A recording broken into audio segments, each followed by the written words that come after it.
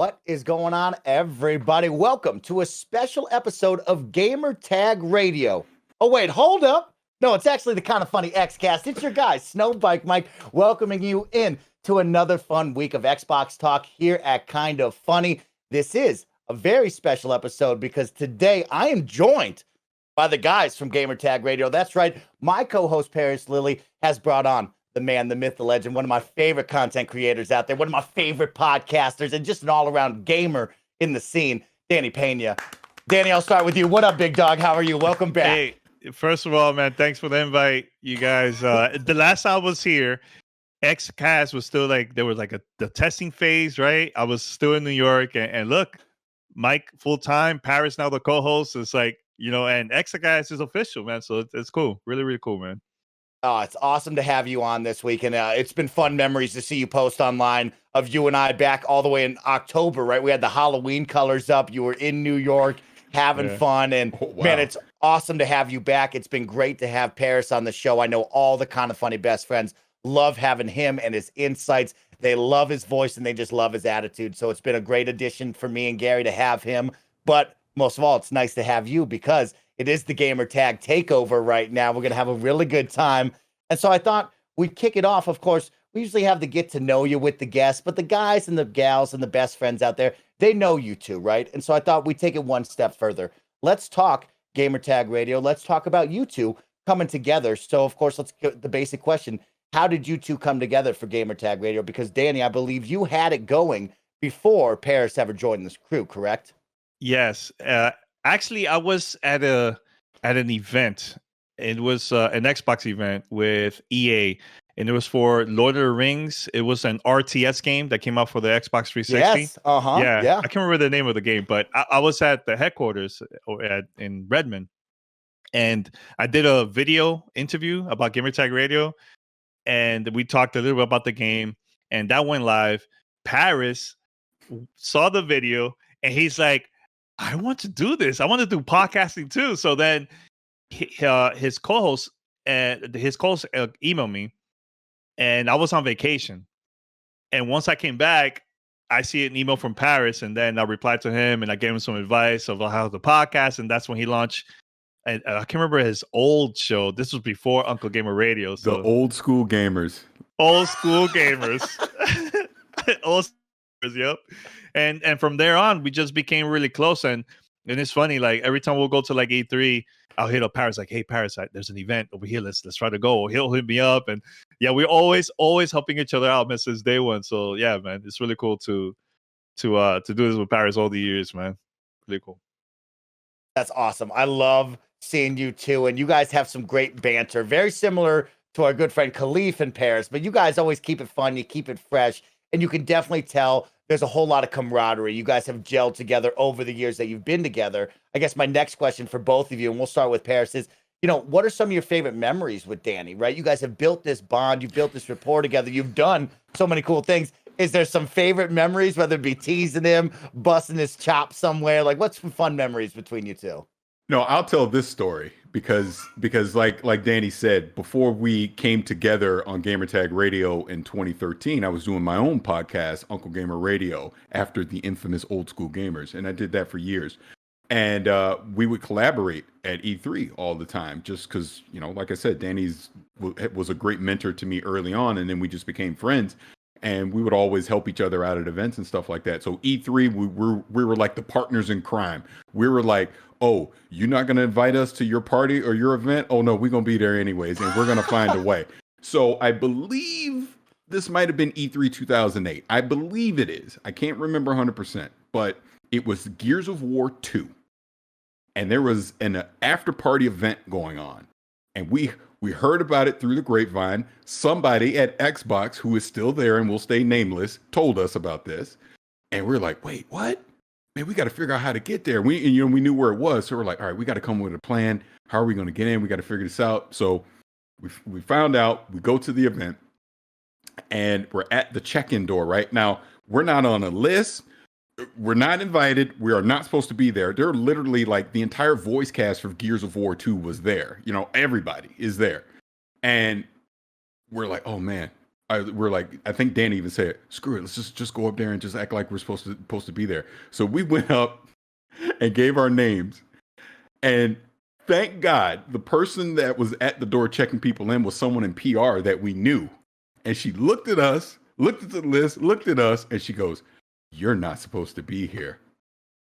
Just go in. Just let us in anyways." And we could probably post the pictures online, but like John DiMaggio, to the voice of Mark Phoenix, amazing conversation we had with him. It is not adult friend, or it's not kid friendly, excuse me, but it was fantastic. There's pictures on that we put online about it, but it was an amazing night. And I always remember there were people that were there that were at Xbox, and they would look at us and go, "How'd you get in here?" And we look, yeah, how did we get in here? Whatever, we're already.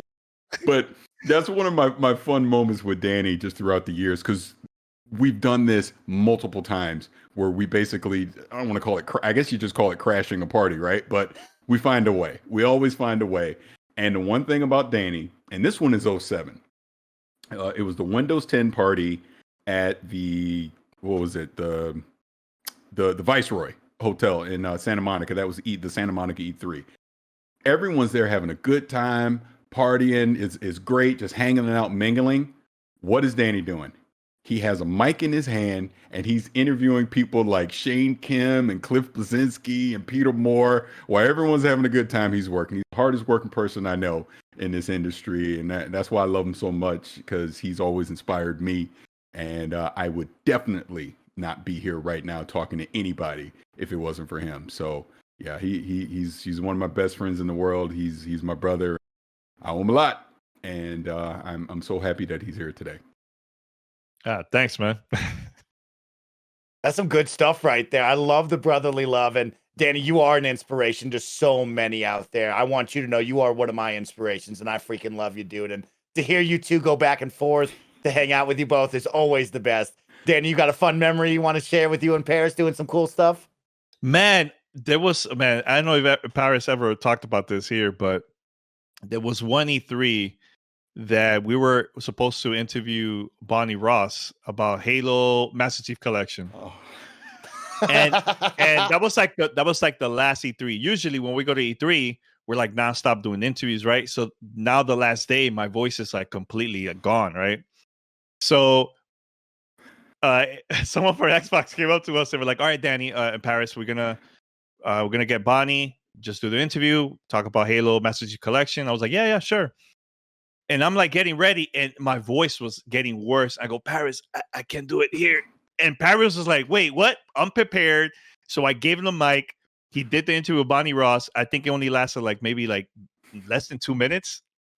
And Parris was like, he was so nervous about that moment. But he said ever since that day, I think that helped him a bit even better, like when recording interviews from since that day on, But yeah, I apologize, Parris, but I think it was super last minute. I couldn't do the interview, man. So I can't. Can I tell my version of that story, please? Yes, it's a little different from yours. Yours is all wholesome and like it was this great thing. So we're at this thing at the Xbox booth at E3 for Halo Master Chief Collection. Yeah, Master Chief Collection, and Bonnie Ross, gave the presentation, and Danny leans over to me towards the end. "Hey, should we interview Bonnie Ross?" And I look at him and I go, "Yeah, that'd be a great idea. Yeah, you're gonna interview Bonnie? Yeah, go ahead, do it."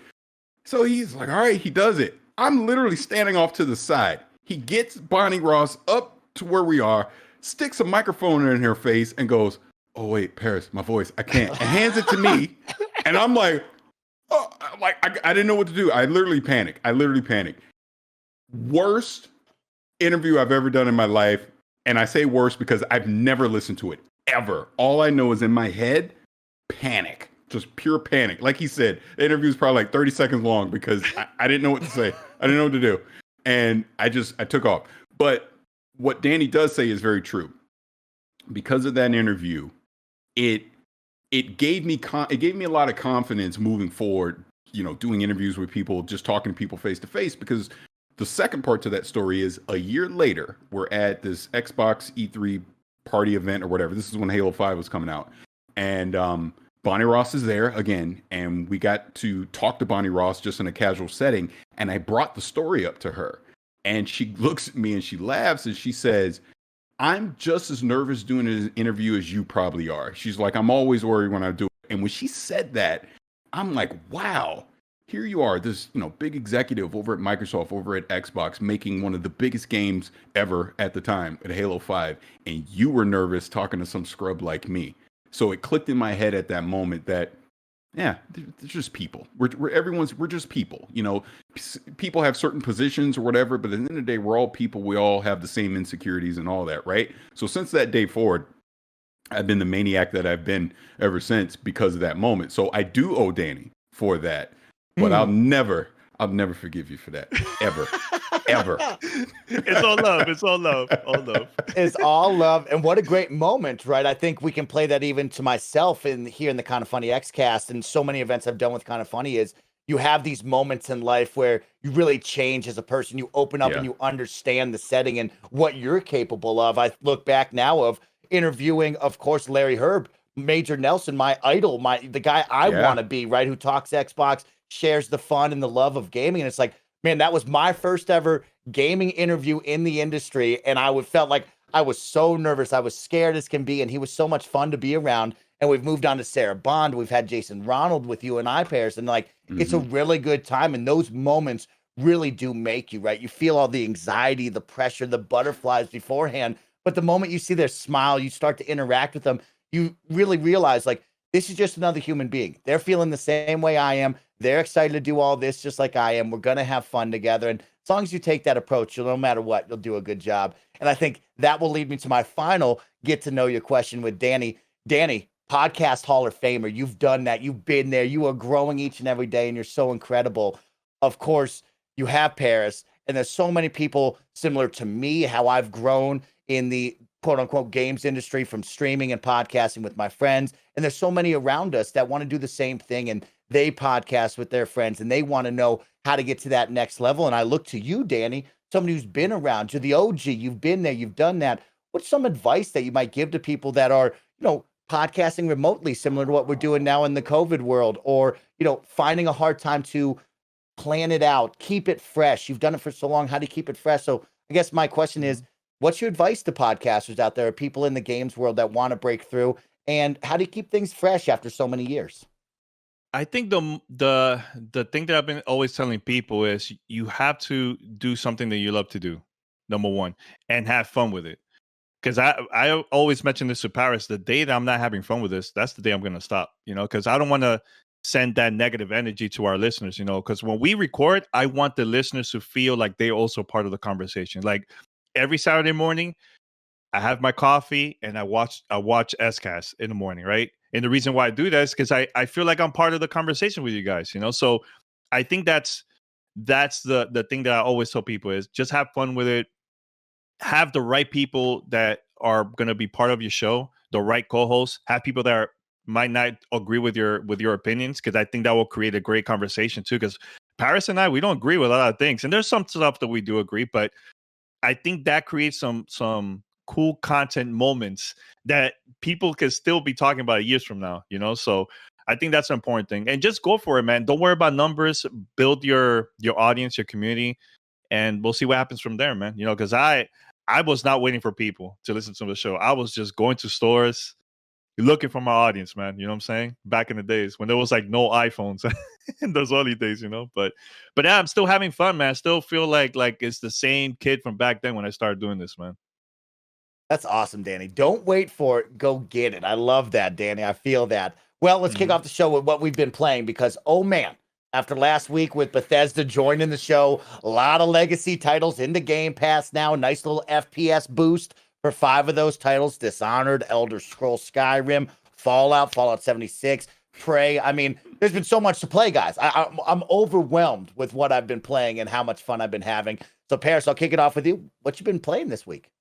So, because of the Bethesda deal, it reinvigorated me with all those games coming to Game Pass to jump back into Wolfenstein: The New Order. And I'm just having a blast with it. I've been playing it on the Series X. It's fantastic. It's just as good as I remembered it when I originally played it on the PC. And it's it's great. If you've never experienced Wolfenstein, I highly suggest anyone out there that's watching or listening to this, it's on Game Pass. Jump in and start playing it. You'll love it. The other game that I've been playing is Minecraft Dungeons. And I'm sure this makes Danny very happy because I've known it was great. I watched my kids play it. And I was like, I don't need to play it. It's kids, I'm good. But my kids have just been loving it this whole time. And they finally convinced me. Last Saturday, they're like, Dad, you got to play. You need to jump in and play. Because, the new DLC came out and everything. And, I got that. And they've been jumping in playing that. They're like, Dad, you got to play. It's so fun. Okay, fine. I literally hopped on the Series S and I started playing on my account. And, I don't know, about 3 hours later, I come out of the room and I go, this is great. What have I been waiting on this whole time? This is fantastic. I mean, wow. I've really been missing out when it comes to Minecraft Dungeons. I mean, I'm hooked now. Absolutely. Like I was telling Danny already offline, we got to jump in and start playing co-op now. I'm ready. I got to do it. I want to play. It's so much fun. And it's more challenging than I thought in certain scenarios, especially if you tackle certain levels that are higher level than you are, difficulty than you are. And I was like, wow, this is fun. I like it. It's giving me a challenge. The level design is fun. It's the Minecraft style. It's great. Yeah. So I mean, those are the two things I've been playing mostly. Now I have one thing about Minecraft Dungeons that's unfortunate. I installed it on my Windows 10 PC thinking, okay, hey, I'll just play it on Windows and kids, we can all hop on together with the consoles and do co-op. But the Windows 10 version doesn't do cloud saves. So all the progress I've been doing on the Series S, I can't bring with me over to Windows 10. I have to start completely over. So, and I don't really want to do that at this point. So that's the only thing about it I wish they had a fix for right now so that all my progress would carry over to Windows 10. But other than that, it's great. I've been loving it. Now, the one thing I haven't been playing, but again, because of the Bethesda deal, I'm so curious to jump in, is Fallout 76. Oh, never played it. Okay. Never played it because, when it launched, it wasn't in the greatest state. It was buggy. Heck, you even had Todd Howard has, apologized for that over the years. And I know they've made great progress with it. But, me being a Destiny junkie, I just never bothered. I was like, buggy, I'm moving on. I'm not going to play it. But now I kind of have that itch that I want to go jump in. So here's my big question, because I truly don't know. If I downloaded it on PC through the Xbox app, can I play with people on Xbox console? Is there cross-play with other PC people? I literally have no idea if that's the case. Or if I want to play with like Danny or say you, Mike, do I need to just go ahead and download it on the Series X and start from there? That's just a question I really don't know. But I'm very curious to want to jump in and at least start experiencing Fallout 76. That's a great question there. And I'll pause for our Patreon chat right now to probably give us the correct answer, because I know, Parris, I've played on the cloud with my friends on Xbox, and I'm trying to remember if my good friend Kevin Ace played on PC and joined us, or if we all had to be on Xbox. Yeah, but I'll wait for the chat to catch up and double check on me, because I want to say yes, but I don't want to be wrong for our listeners. So we'll rotate back to that before I talk. Danny, what you've been playing? Well, I've been playing the new DLC that just came out actually yesterday for the Outer Worlds, because that's one of my favorite games. I love it. It's called The Murder of Adranos. It's really, really cool. I just started, and it looks good. It's the final expansion for the game. So that's one. Another one, I'm glad that Parris mentioned Minecraft Dungeons, because I've been telling Parris for a long time, since last year, like, yo, you got to play this game. I am not a fan of Minecraft at all, and this game is so much fun. I'm like close to like level 100. Like I play this game like all the time, either through xCloud, I'll play on my mobile device, on my console, and I also have it for the Switch. So I've been playing this like nonstop, man. So it's an awesome game. And actually, the reason why I'm wearing this shirt for Sonic Sega is because tonight I got invited to play Phantasy Star Online 2 New Genesis. This is a closed beta, because this game is coming out later this year for Xbox and PC. And I'm excited to play it, man. I'm a huge Phantasy Star Online fan. Huge. So, and this supposed to be considered Phantasy Star Online 3, but for some strange reason, Sega just decided to name it the same as the popular game in Japan. So I don't know, but I'm excited to try it out. Dang, Yeah. Danny, you got me excited with those two. I like it. Well, first off, did you notice the 21 gig patch for Outer Worlds? Because I turned it on, I got the big patch. I'm not high enough level to play the DLC yet, but it felt smoother. Right now, it's not optimized. It's not up in the optimized category. But did you notice a frame rate boost? People are saying that it does look like it's gone to 60. Did you feel that? Did you notice that with this 21 gig patch? I could definitely, I noticed right away because I haven't played the game in months since the last DLC. And yeah, I could definitely notice the difference now. It's a lot smoother. Yeah. That's awesome. Sure. And then Phantasy Star Online 2, me and my homies kicked it on when it came over to Xbox. We loved it, Danny. And it's fun that you have the Sonic t-shirt on, because when we played it, that's when Sonic the movie was coming out. And on all the Hub World TVs, they just had the Sonic trailer movie on loop pairs. You would walk in and it'd just be Sonic everywhere. And it felt so out of place, but so awesome at the same time. It was fun. Oh, that's cool, Danny. That's really cool. Yeah, you know what? I like the Phantasy Star Online too. I like it. The thing is, that game is so dated. It came out long time ago in Japan, and it took forever to launch here in the States. But the reason why I'm excited for this one, New Genesis, it's a brand new game. It's next gen. This is a brand new Phantasy Star Online game. So I can't wait. I can't wait to try it out, man, tonight. So I'm gonna be streaming that and playing it all weekend, man. And I think later this year they're also gonna have like a closed global beta, because the beta that I have right now is only for Japanese, and certain people could play it over there too. So the next one is gonna be open for everyone. Yeah. And I'm gonna play it with using my Xbox Series controller.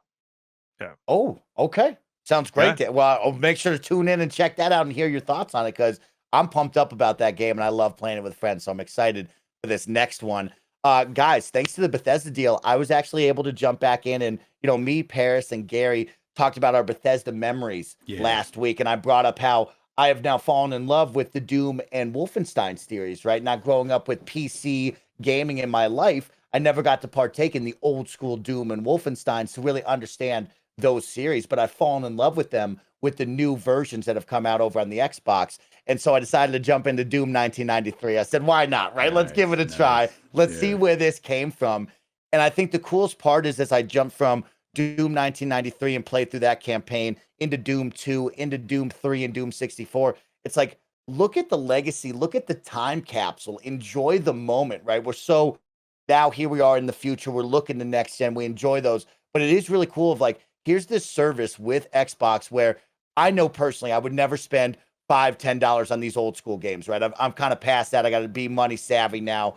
But when I get it on Game Pass, it's like, oh, heck yeah, I'll turn that on. And there I am playing like the old school, right, Parris? It's like, this is what it came from. This is what it looked like. This is how it played. And it was wild to see. It's like, you can only move left and right with your aiming cursor. You can't go up and down. So I'm like trying to position myself to shoot people who are up above me, who are down below me. I'm getting punished by different enemies. That was a really cool moment. And to be able to play that, thanks to that Game Pass and Bethesda acquisition, I thought, man, this is really, really cool. And then on top of that, I played all the way through Crash 4. And man, Crash 4 is a blast. I love that console mascot platformer. We've always talked about it here on the Xcast. Parris continues to beat the drum for me for Banjo. I keep yelling, Xbox, where are we at? It's not Super's Lucky's Tale, unfortunately, even though I have really enjoyed that game thanks to the FPS boost, but he's not the one, right? And so I jumped into Crash, and there it is, right? There's that platforming, beat your head against the wall sometimes on the difficult levels, and just have a good time in this beautiful cartoony world that Toys for Bob created. I mean, it runs smooth with the new optimization patch, 4K 60. The gameplay is fun. The gameplay is tight. And I actually had an interesting one. So it was on quick resume, and I played the first 3 levels, and I quick resumed out because I was trying different Bethesda titles, and I quick resumed back in, and the game brought up a screen that said, hey, your save is corrupted. You need to go back to the main menu. And deep down within me, I was like that. I was like, oh no, I can't go back. Like, I'm already into it, even though I'm only 3 levels. I was just stubborn. And so what I did, Danny and Parris and Barrett, I played the whole game in one night. And every time I went to the hub world, every time I went to a level, the screen would pop up and it's like, hey, you got to go back to the main menu. Your save is corrupted. And I was like, I'm not going back. I'm going to beat this video game, y'all. And so I made sure it never got off quick resume. I played it until I couldn't play anymore. But it was such a fun experience. And that's what I'm looking for, right? I love Crash. And now I'm playing Mario with the guys over on the Kind of Funny Games stream. And it's like, man, this is that 3D mascot platformer that I love. This is what I wanted. And so I hope that maybe we do get a Banjo one day, Parris. I don't know. Maybe we will. Who knows? You know, it's funny. Banjo was trending. It was yesterday or the day before on Twitter, and I got excited and I clicked on it, and it was some nonsense. And I even tweeted out then. It was one of those kind of clickbaity, like, oh, what's your first game? What's the most recent game? What's your least favorite game? What's your favorite game? Ooh. But it started this whole day because I tweeted out, you know, something snarky, and it started this whole conversation with people online just about, come on, Microsoft. Like, and Danny can co-sign this. I have probably since about 2014, I go into every E3. This is a year. This is a year. They're going to do it. They're going to do it. And then the last 2019 E3, I was 100% convinced. It's coming. This is it. And then they let me down again. Please, just please. All you got to do is just at the summer event, just walk out, just show the bear, show the bird, and just say, it's coming. And I'm going to scream. And I'll be happy. Just acknowledge that you're working on it. That's all I want. Please. It is one of the best platformers ever. It is a shame that game, the last iteration of it we had was nuts and bolts, and that was 08, right? I mean, come on. It's been way too long. We need it back. Bring back Banjo-Kazooie. It's time. And not Super Lucky Tales 2 or 3 or whatever it is. I want Banjo-Kazooie. Yeah. I mean, and put it on the Switch. Put it on the Switch too. That's the other thing. But go ahead. That how I say this, like, there is a reason why I think that game, not the game, the characters already is on Smash, right? Because it's like a whole new audience that never experienced Banjo, and I think that crowd could easily will buy an Xbox or even become a Game Pass subscriber if there is a new Banjo game, you know. So that could happen in the future. You never know. Again, you're talking about like the new generation of kids, right? Who didn't grow up with like, the N64. Yeah. I mean, honestly, like right now, you could download all the old games through Game Pass, the Rare Replay, you know, and try it out. But yeah, I can see it. I can see this game coming out in the future, man. You know, but Parris, just keep on talking about it every time, man. On Twitter, Xcast, you know, GTR. It'll be the new Half-Life 3, Parris. We'll make it happen. Yes. Yeah, it's starting to look that way, but I'm going to hold out hope that we eventually get it. I mean, again, we're talking about Xbox and just Game Pass and just all these different genres. They're severely lacking in platformers. I mean, yes, Ori is great. I mean, you know, your mileage may vary on Super Lucky Tales. Cuphead isn't really a platformer in that sense. I mean, it's a pretty difficult game. But where's that family friendly, like you were talking about, Mike, that mascot IP platform? Xbox simply does not have it. So, you know, we jokingly talk about Banjo, but yeah, I kind of really do want Banjo. I do think it is time that they bring that IP back. I mean, people will lose their minds if they're not, except Khalif. He won't, because Khalif doesn't like fun things. He just likes to burn food. But beyond that, everyone else is going to be excited to see Banjo, and it's time. It needs to come back. I love that, guys. Well, let's wrap up this intro section because Xbox has been powering our dreams this whole generation, right? They've been going out there. They've been making the impossible possible. And a lot of us way back in the day saw the Snoop Dogg and iJustine Xbox Series X fridge. And we all said, dang, I want that fridge. I want a fridge. How can you power my fridge game, Xbox? And they did just that in a partnership with Dwayne "The Rock" Johnson. Now, of course, myself and Parris got a special package from Team Xbox. So a big thank you to everybody over at Microsoft, at Team Xbox, and of course, Dwayne "The Rock" Johnson and his squad for sending us a cool promo pack of Zoa Energy. Now, Parris, will you do me a favor? Hold that bottle up. Give me a nice pop of a crack of it. And I'm going to read the intro to this. So from Dwayne "The Rock" Johnson, he says, believe, achieve, repeat. I may not be a competitive gamer, certainly not counting the years I beat everyone's ass in Madden, LOL, but I do know what it means to compete. If you want to rise to the top, whether that's gaming, creating, working, anything it takes, discipline and hard work. But it also takes energy and focus. That's why I bring you the culmination of years of development, Zoa, And my partners at Xbox and I couldn't be more excited to share it with you first. As competitors and warriors, we put into our bodies what we put into our bodies matters. Zoa is packed with a healthy energy boost, vitamins, and electrolytes that will set you up with the mental power needed to start your daily grind. Whether you're streaming, competing, or just playing for fun, you'll get all the boost you need with none of the crash. Best of all, it tastes incredible. Sip your Zoe. Now let's go. Dwayne "The Rock" Johnson. Now, a really cool one there. Of course, we love to highlight the fun in gaming. And this is a really cool partnership, right? I think we all grew up with the people's eyebrow, the elbow, and all the fun, right? He is the man. And he teamed up with Xbox to, promote his energy drink. And, I said it before and I'm going to grab it now. But they made the impossible possible. Here is the official Zoa Cross Xbox mini fridge. And yes, Gary Whitta wanted a fridge. He's now got a fridge thanks to Xbox. This is it right here. You can pop it open. It looks just like a Series X here. And it's got the top and a fun little mini fridge, fun little activation. And I know I had to shout it out because, of course, our friends over at Xbox sent it to us. But most of all, I want to share the fun and the cool stuff that we do in the gaming world. Now, Parris, you just popped the top on which flavor? Because I have the original opened. And what I wanted to do before we talked about it was give a taste test, give a live reaction. But I told Barrett, it's like, I'm going to drink this at high noon. So when we move into the Xcast, I'll feel if I still have the jitters, if I'm coming down hard, what kind of feeling that is. So what did you pop? What's the taste? Tell me all about it. So, and you notice I can't stop drinking it now. This is the lemon lime. And this is my first time. I literally have not tried it until recording the show. So it's great. Tastes really good. And, I work out and stuff, and I take, energy drinks and all that stuff. I mean, this is good. It reminds me of a less bubblegummy Red Bull, if that makes sense. I know that's probably a bad analogy, but the taste is fine. It's very easy to drink. And like I said, The Rock says this is, I mean, the fact that it's all natural and everything, I will see if I get the jitters.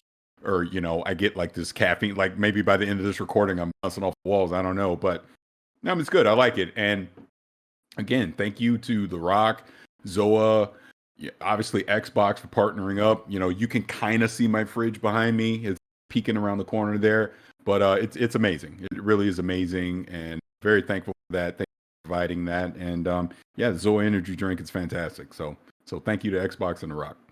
Heck yeah. I've been drinking mine for a couple hours now, and I do know that I don't have the jitters. I don't feel a crash yet. Mind you, it's only been about 2 hours now, 2.5. But I was saying it live on stream with Barrett and the gang over there. It's always tough to tell the true taste of an energy drink because we've had so many of them, from Monster to Rockstar to Red Bull, Bang, everything in between, right? We've all tasted it, and we kind of know that taste, right? And I told him, I was like, you know what? This tastes good. It's very similar to a Red Bull, maybe a Monster and Rockstar of like taste wise. And I felt like it was like right below a Red Bull for me on the taste level. And I enjoy that, right? I don't think also I think maybe it's the all natural flavor or something, but it's missing something. It's missing that like big energy drink punch where you're like, ooh, that doesn't taste good. This kind of seems lighter on that taste, which I do like about that. Yeah, it tastes smooth.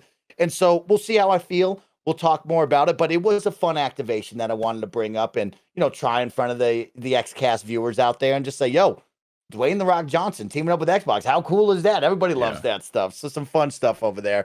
But enough about energy drinks, enough about Gamer Tag Radio, because we got him on the show. We got to get into the show or people are going to say, what the heck is happening? Let's get into it. This is the Kind of Funny Xcast. We post each and every Saturday at 6 a.m. West Coast, Best Coast time, youtube.com/kindoffunnygames, on roosterteeth.com, and of course on podcast services around the globe. Please make sure to subscribe to the YouTube channel at youtube.com/kindoffunnygames. Give it a thumbs up. Give it a comment. Let me know how you're feeling today. If you love Danny Peña and what you think about Danny Peña, because he's one awesome dude. And of course, make sure to share with all your friends, your family, anybody that you know. We want to give a big thank you to our Patreon producers, Mick, the nanobiologist, Tyler Ross, Joy, Trent Berry, Mizuki, Man Bear Paradox, Julian the Gluten-Free Gamer, Alex J. Sandoval, Sancho West Gaming, James Hastings, Elliot, and Casey Kern. Of course, this episode of the Kind of Funny Xcast is sponsored by Purple Mattress and Upstart, but I'll tell you all about that a little bit later. Let's roll into the show. Guys, people have been commenting in the Patreon live chat. They're like, dang, they're rocking the new headset. And that is right, guys. The week has come. It's been a big week at Xbox, a whole lot of news, and we'll talk all about it. But let's first start off with what we're wearing on our heads. The brand new Xbox wireless headset is now been released. We've got to go hands-on with it, or I should say ears-on with it. And I want to hear all of your impressions. So just some quick round out really fast before we give you our thoughts and feelings. The features right now, the price point aiming at $99, aiming to bring more value into the headset category. On the side of audio, it promotes Windows Sonic, Dolby Atmos, and DTS Headphone X. Number of quality of life pieces, wireless, no dongle, dual pairing via Bluetooth and Xbox wireless technology, customizable sound via the accessories app, auto mute feature, 15 hours of battery life, only 2 buttons, and adjustable volume knobs on the ear cups. Looked around the internet, guys. Very, very positive reviews and a lot of good input from everybody. Over at Windows Central, our friend Jez Corden gave it a 4 out of 5. He wrote, I suspect this will be a very popular headset regardless, owing to its features above everything. It is an intuitive product meeting the needs of today's Xbox gamers who shift their experience to different devices. In that, Microsoft delivers some much-needed competition in the wireless headset space, where Bluetooth options typically sit with more expensive products. Truth be told, this is arguably among the best value Xbox wireless headsets out there right now when you consider everything you're getting for $99. Make sure to go out there and check out my good friend Jez's article. He really goes in deep. And another cool one, we love Jez over here, right, Parris? We love that guy. He's a lot of fun. But also go over there and check out Miles, part of the Windows Central gaming team. He put up a really good YouTube video, of course, his impressions.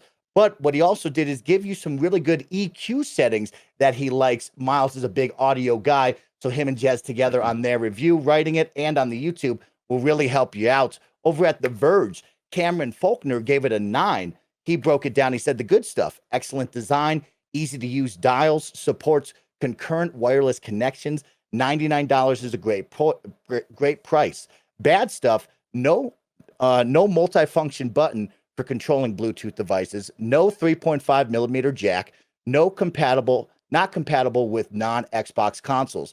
Cameron did a really, really good job. You should go check him out over at The Verge. He deep dove into everything. I mean, when I read his review, I felt like I was like, oh man, I am getting everything and more out of this one. So I really loved his insights and analysis. I highly encourage you to check it out. And our final one from around the market is IGN from Mike Epstein. He gave it an 8. The Xbox wireless headset is extremely solid. A thoughtful design, great control layout, and easy pairing make it pleasantly simple to use. And its sound, while not mind-blowing, is a good or better than most Xbox headsets in the price range. With a microphone that's clear as long as there's not too much ruckus in the background. For most Xbox players, it should feel like an upgrade and fit like a glove. And while it works fine with PC, there are more options with more robust features in that market, making a tougher sell for PC-only players. Mike over at IGN, a great write-up there. A lot of talk over, of course, with Podcast Unlocked, but Parris and Danny, I had a tough time finding a bad take on this, looking at people that were like, hey, this isn't the one. You should avoid this.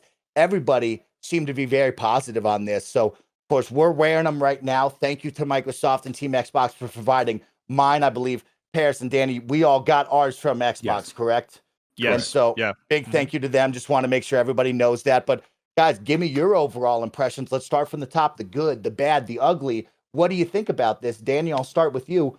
How you vibing with them? I'm loving it. It's very comfortable. That was one of the things that I was always asking that question. Also, Parris on the show, we were like, is it going to be comfortable? Because if you go back, the previous headsets that came out for Xbox, it wasn't that comfortable at all, man. Even the free ones that will come in with the console for free, it was always uncomfortable, man. So I said, man, if it's comfortable, then I'm in.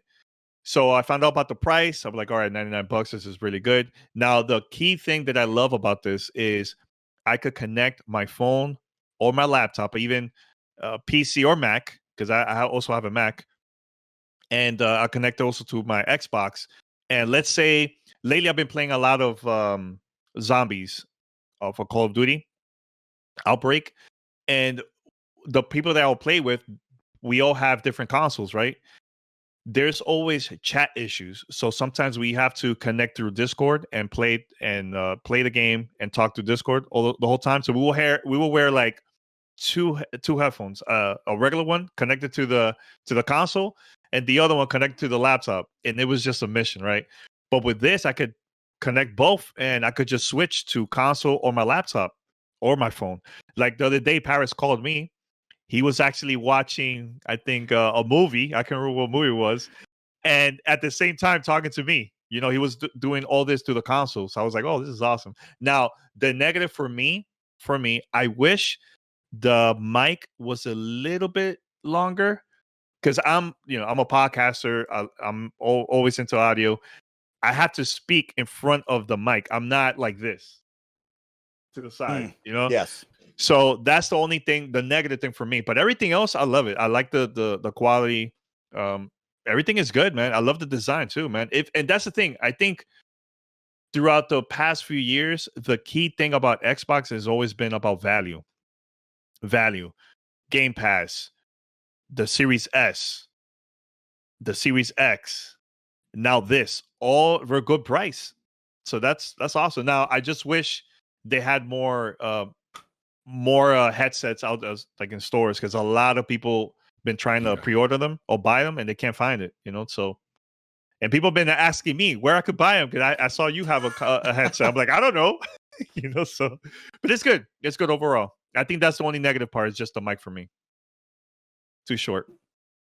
Nice insights right there. And I agree with you on the mic. Actually, I was looking at that, right? And I had two parts on that, Danny. So you bring into the podcasting aspect, which I really love, because you are the man, right? You know that well. And I actually like the mic because it's short, right? Because of the vision. I busted out 7 different headphones that I've had in my house, and all of the mic boom arms were like right here where I could see them in my periphery, Danny. And I felt like when I put these on and I turned it up and I played Doom Eternal, I was immersed, right? Lights off. I felt like I could hear every sound. And the bass was booming. And I think what I really liked was like, I didn't have that little tiny mic arm sitting in the bottom of my vision, which of course is a good and a bad thing, right? I avoid the look, but like you said, I'm not getting the best sound quality for my audio, which is another thing to think about. But I did like how short it was. I like that it could be collapsed up here. I thought that was cute and a little nifty idea there. But what I also noticed, Danny, is I've had friends and of course myself, and I think everybody out there feels that when you're in a party chat, sometimes you worry, man, am I breathing too loud? Am I crunching on my chips? Are my kids screaming in the background? And we've always grown up with like either a mute over here on the cord or the mute down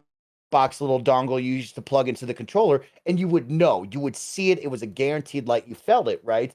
And I've noticed on this one, because this is so small, yes, there's a little light on the mic, but it is tough to tell.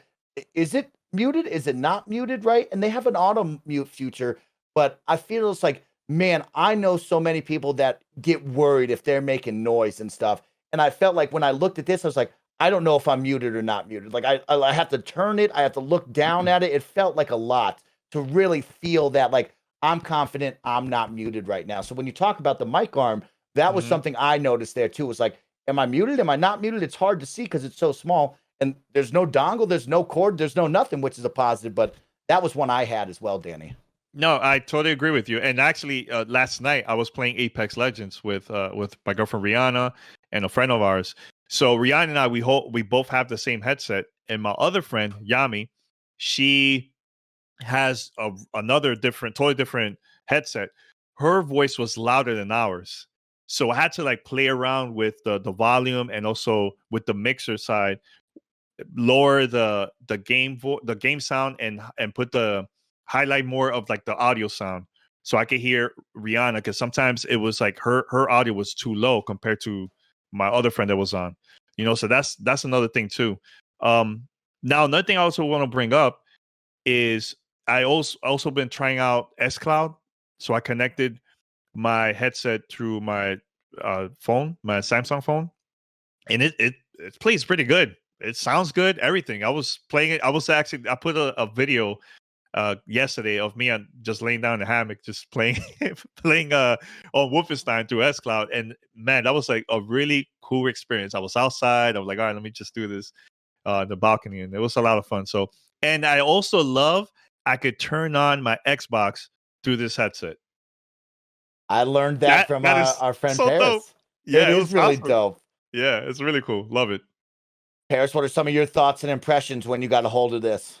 So I'll take you back when we were talking about this some weeks ago when we first heard about these headsets, and I had said to you and Gary, it needs to pass the annoy my wife test.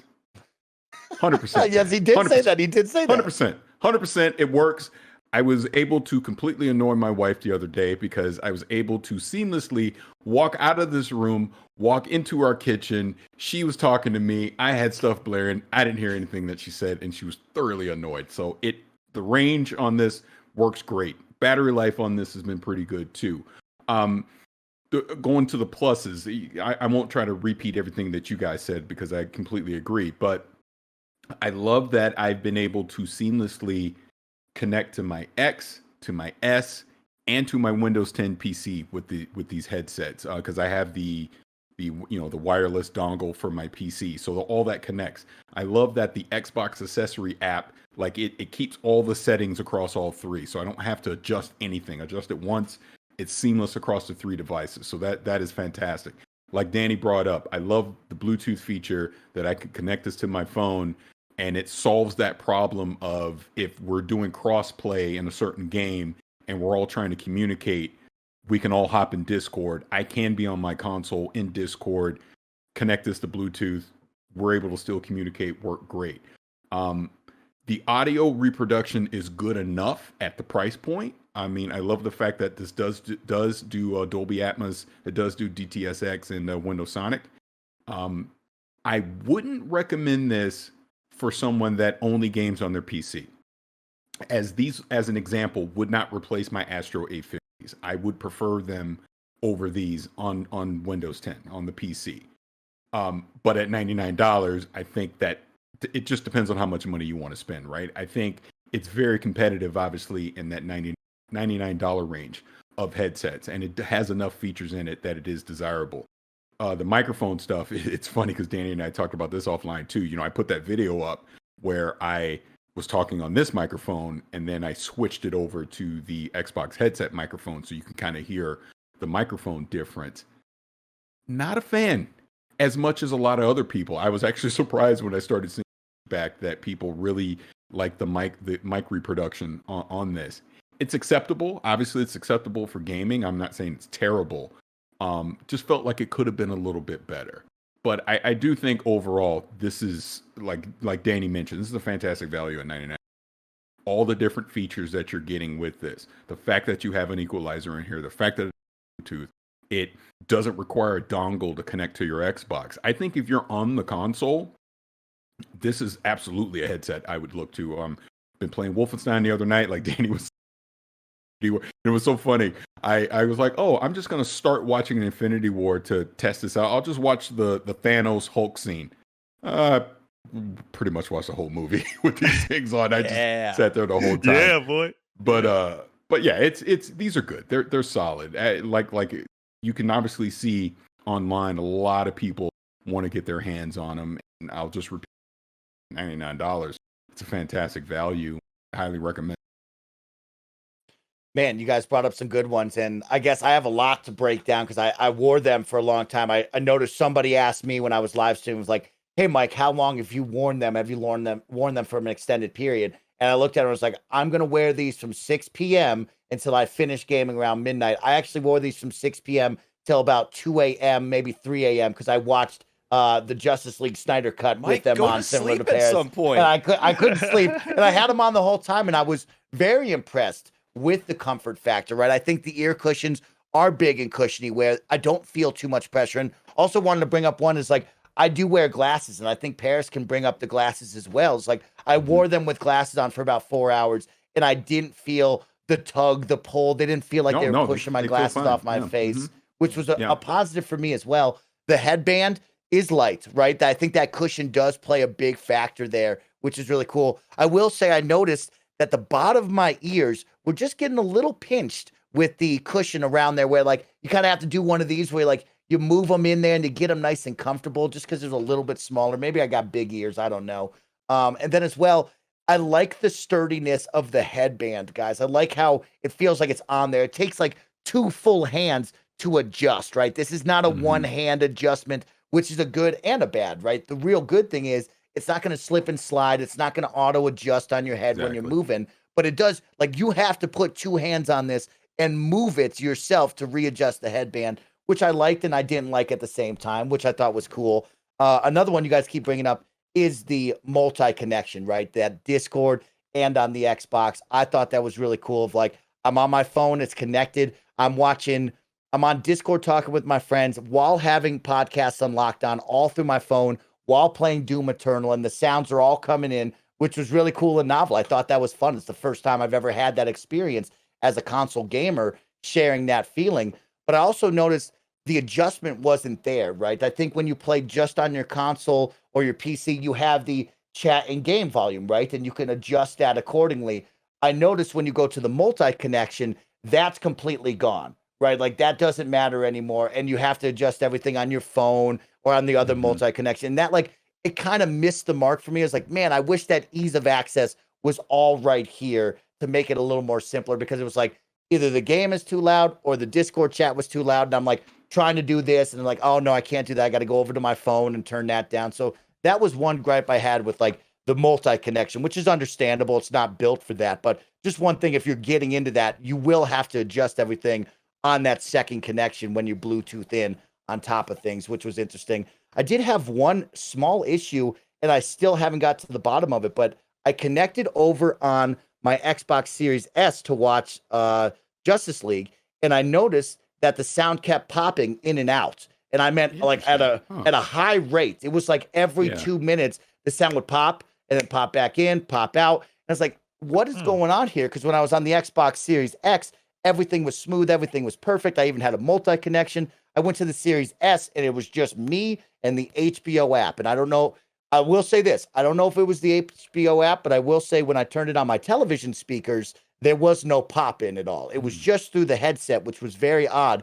But when I was watching Batman, it was a constant, which was too bad for me where I had to turn it off. But all in all, I look at this headset and I'm like, man, this is cool. This is nice, especially for the $99 price point. I mean, I've bought myself the Astros, which were way too much money. I've bought a number of these headsets that are in the $79 to $150 range, and I'm pleased with everything I've gotten out of this experience. I think it's been really, really good. And I think one of the coolest ones is you get the 6 months free trial of Dolby Atmos, right? And I don't know if you guys tried it, but I went into that app, right, to go check it out. And then it was really cool of like, hey, experience what Dolby Atmos really is.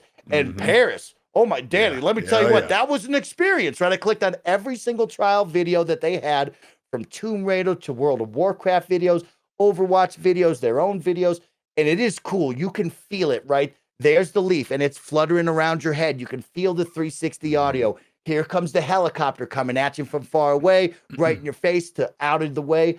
I thought that was a really, really cool experience, especially for me, where it's like, I've seen those touted before, but I've never actually experienced it with a headset where it's like clear as day. You can feel this, right? That bass drop, the different spatial audio. I thought that was really, really cool. And I highly encourage, like, you get 6 months out of the box. It's tethered right to it. You download the app, go click on those videos, check it out, see what this is all about, because it was fun.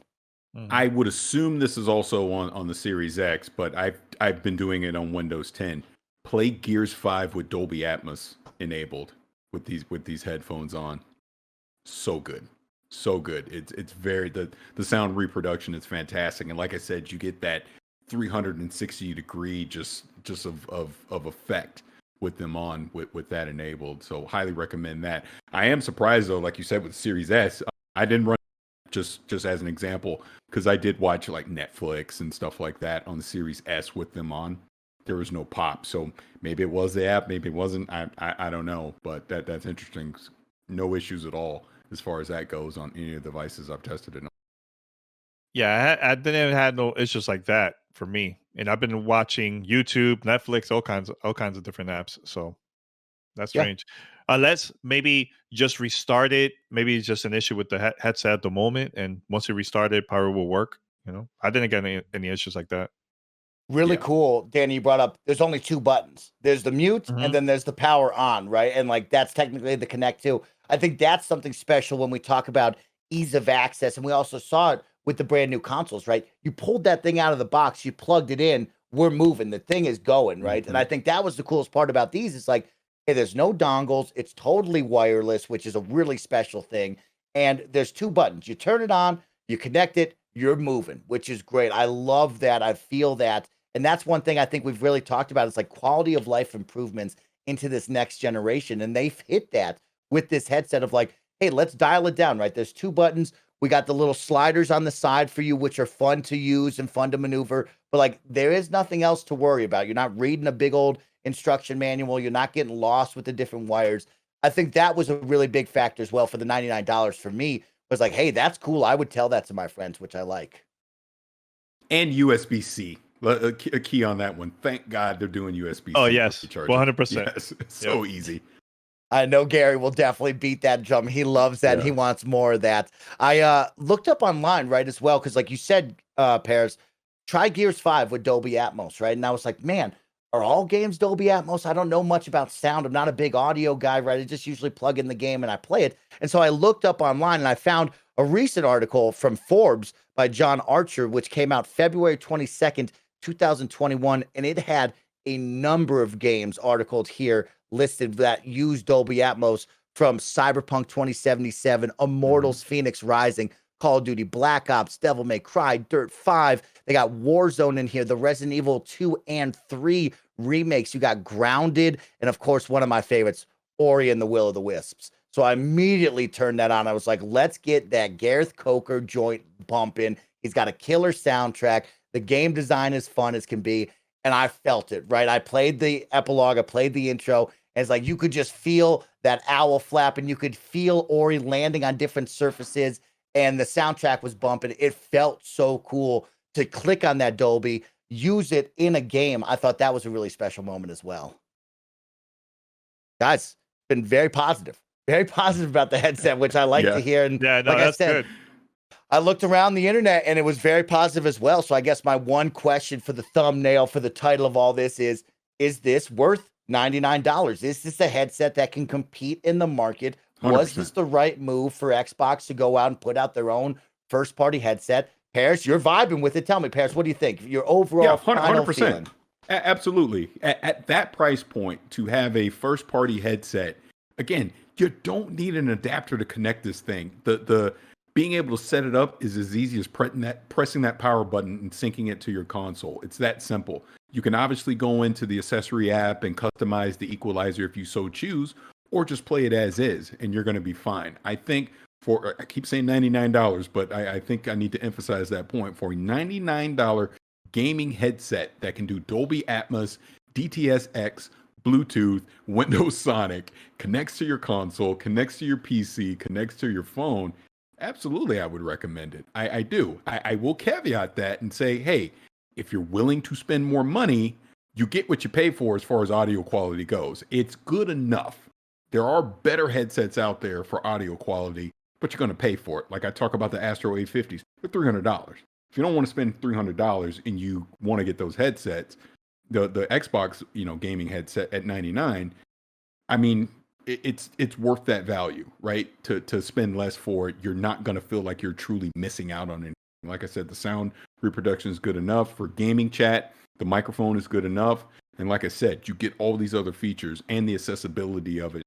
Makes it a no-brainer, in my opinion. No, 100%. I think $99 worth it. And one thing that we haven't talked about is when we opened the box and got their headset, the first thing we had to do was upgrade the device. So I think there is going to be more improvements throughout the year in the future. And if there's any issue that you have with the headset, like you just mentioned, Mike, about the pop-up, right? Mention that on podcasts, social media, because the team is always checking to see feedback from everybody. And we'll probably will get a better headset in the future because of that, So keep on being vocal and send your feedback, man. $99 must have, in my opinion. I vibe with that, you guys. Is right. $99. This feels good to me. This is a good, affordable price point, and one that when I look back, just 15 years ago, if I was with my mom and I asked her for this would be a good buy for me. If I look at it as a young adult now and I say, man, I don't want to buy those Astros for $350. I could buy a console for that much, right? I think that's always the equivalent. I always say to my friends, like, I could buy a console. Like, why would I do that? And so for $99, these things are banging. This hits the mark for me. And I think we've talked about it. The features, right? That's the big mark here. For $99, we're packing in the features that you can't believe happen. And I love the dual connection. I love the sound. I do like how cool the microphone and the look of this is. And so, yeah, I give my passing grade on this too. Is Parris said it best. Remember what you're paying for, how much you're willing to spend. $99 is a great price point here, right? If you're looking to go bigger, you go bad, right? You go big and you go bad. But here at this point, I like this. I'm impressed with what Microsoft has done. And with all that fun positivity, let's take a moment to hear a word from our sponsors. This week, the Kind of Funny Xcast is brought to you by Purple Mattress and Upstart. First, we'd like to thank Purple Mattress for their support and bringing comfort to the world. As the world becomes increasingly uncomfortable, we're all looking for as much comfort as we can get. And the one thing Tim and Joey from Kind of Funny can always count on is how comfortable their Purple mattress is. That's because Purple is comfort reinvented. Only Purple has the Grid, a stretchy gel material that's amazingly supportive for your back and legs while cushioning your shoulders, neck, and hips. Because of how it's designed, the Grid doesn't trap air. Air actually circulates and flows through it, so you'll never overheat. The Grid bounces back as you move and shift, unlike memory foam, which remembers everything. That's why memory foam has craters and divots. Tim loves his Purple pillow because it stays cool all night and makes for a comfortable and enjoyable night of rest. He can't find a spot on this pillow that overheats. He loves staying cool. And Joey loves her Purple mattress because it was delivered to her door, and she says it feels like sleeping on a cloud every night. And right now, you can try Purple mattress risk-free with free shipping and returns. Financing is available too. Purple really is comfort for an uncomfortable world. Right now, you'll get 10% off any order of $200 or more. Go to purple.com/kindoffunny10 and use promo code kindoffunny10. That's purple.com/kindoffunny10, promo code kindoffunny10 for 10% off any order of $200 or more. Purple.com/kindoffunny10, promo code kindoffunny10. Terms apply. Up next, we'd like to thank Upstart. This episode of the Kind of Funny Xcast is sponsored by Upstart. You know that credit card, that one you're afraid to look at to see what the balance is? If you've been avoiding your debt, it's time to confront it. Upstart can help you face it and finally pay it off. Last year showed us that you never know what life is going to throw at you, and if you used credit cards to pay for unexpected expenses, it can be overwhelming to manage that debt. Take control with Upstart so you know exactly what to expect. Upstart is the fast and easy way to get a personal loan to pay off your debt all online.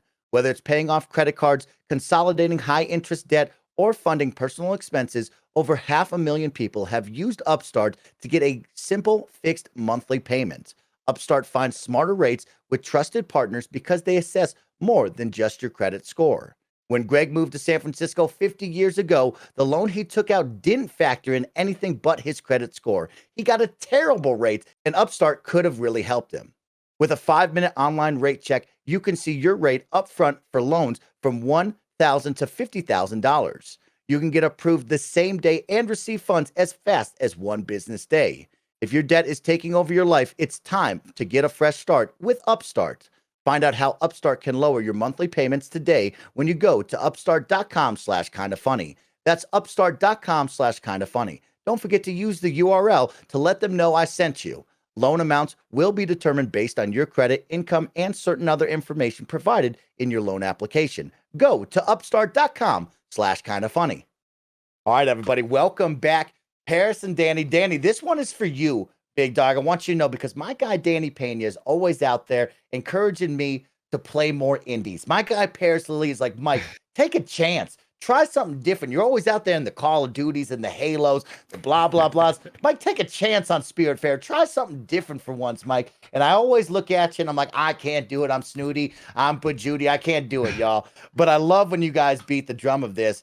And a really cool one is we finally have figured out what that March 26th event is, right? I asked Parris, I asked Gary, I said, what is this? Am I going to see Elden Ring? Are they going to drop another bombshell? They've been hitting me with bombshell after bombshell all week and month. I feel like I haven't taken a breath, but we've looked at it and we said, what is this? I'll circle my calendar. We heard the rumors.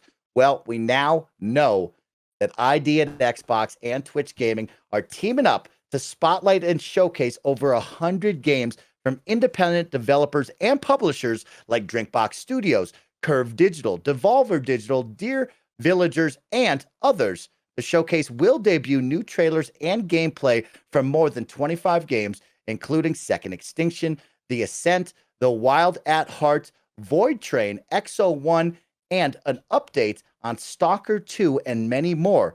All of this is happening Friday, March 26th, 9 a.m.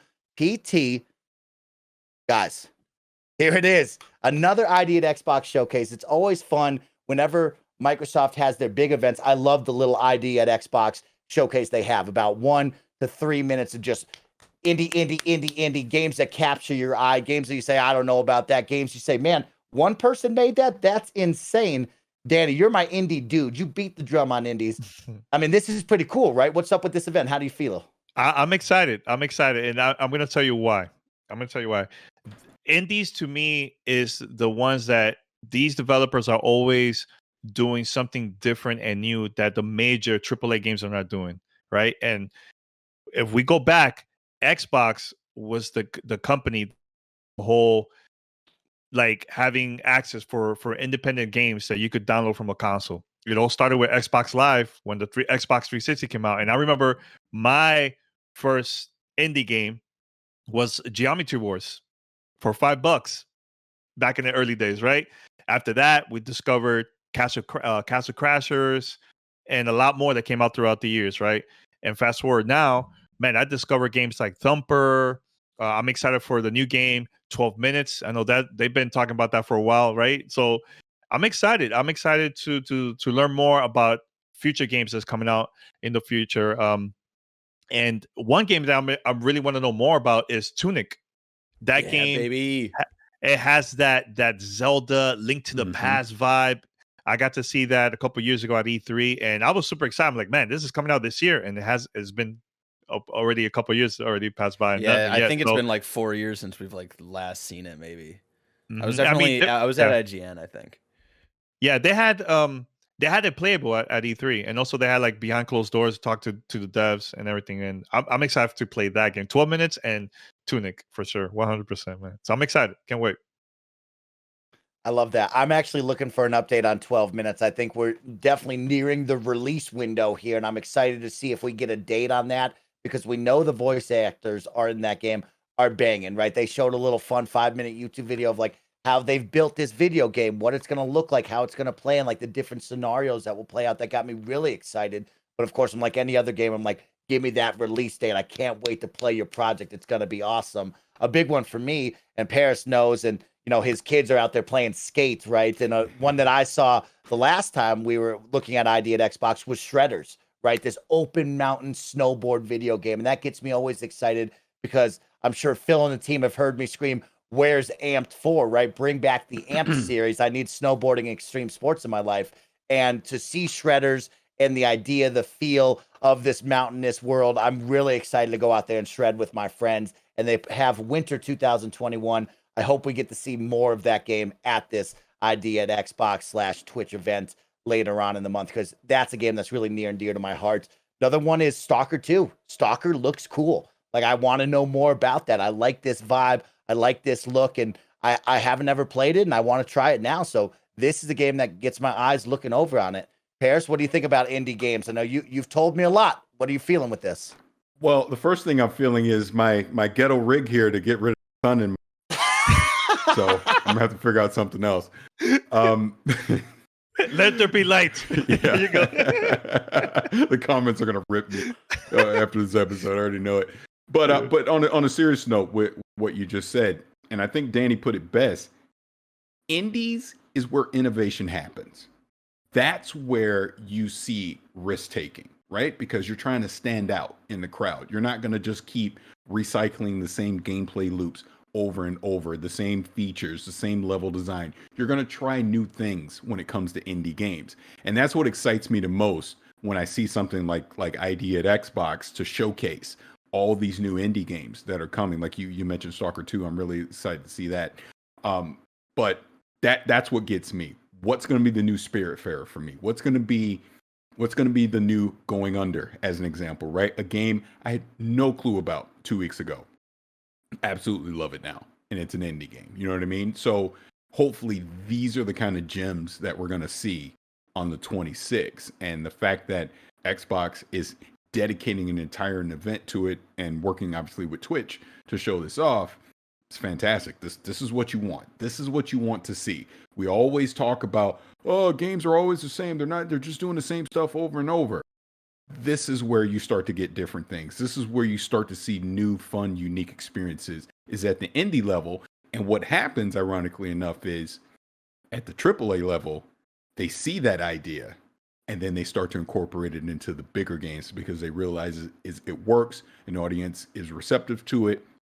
And that's how we start to innovate with the big budget AAA games as well, because the indie developers are the ones that are going to lead the way on it. Yeah, that's really well said. I'm really excited about this. Another cool event, right? We continue to look at the Xbox news cycle, the marketing, whatever you want to call it. It's like they are out there giving us more and more, having fun. We're nearing that summer months where we know we're going to get the big, quote unquote, E3 a week, right? But this is really cool. It's like, hey, end of March, let's do something. Let's have some fun. And it's really cool to showcase the ID at Xbox indie titles as well, instead of getting lost in the mix of the big E3 showcase where it is just a quick 1 to 5 minutes. Hey, bang, bang, bang, bang, bang. Okay, back to Halo. Sorry about that. And people are like, oh, I hate seeing this. Why do they always show me these indies? Now it's like, hey, like, we're going to give them the time and the air and the space to breathe and be their own. And we've learned it with Kind of Funny, right? Barrett will tell you, I can tell you, being with Greg and Tim, Nick, and everybody here, and how they created the Kind of Funny spotlight and they made their own mini indie showcase was really, really special, right? Because these indie developers are very small. They're trying their best to showcase their game and get it out there. Now we live in a world where PAX isn't around, E3 isn't around. We're not going to go hands-on and get to talk to you at the booths. Where are they going to be able to showcase their games? And this is a special one. It gives me goosebumps to think of, like, man, those guys and gals out there working hard will have a moment at least to speak now, because the summer might not look the same. It might not ever look the same. And how will we give these people the promotion and the time of day that they need and deserve? Agreed. Yeah, I just wish that next week, some of those games that they show, I hope is available right after the digital show. And I'm ready to support it right away when that happens. Yep. I love when they do that, is right. Well, talking about innovation and fun. Oh, tell me, Parris. Oh, I was just going to add on to that. I would, and I'm sure this might lead into what you were just about to say, but I would hope that some of those games that you're talking about, Danny, are available on Game Pass. And not only just for our benefit, not just for our benefit, but for those developers' benefit, because we know they're getting a financial incentive to put their games up there. So that helps them. That gives them some security to know that, hey, we now have some additional funding to maybe go make the next game that we have an idea about, as an example, right? So again, I don't want to derail it from what you're going to say, Mike, but that's the other side of Game Pass that I'm excited to see, that they're allowing these developers to have some financial security, which again leads to them taking more risks, which again leads to more innovation in the space.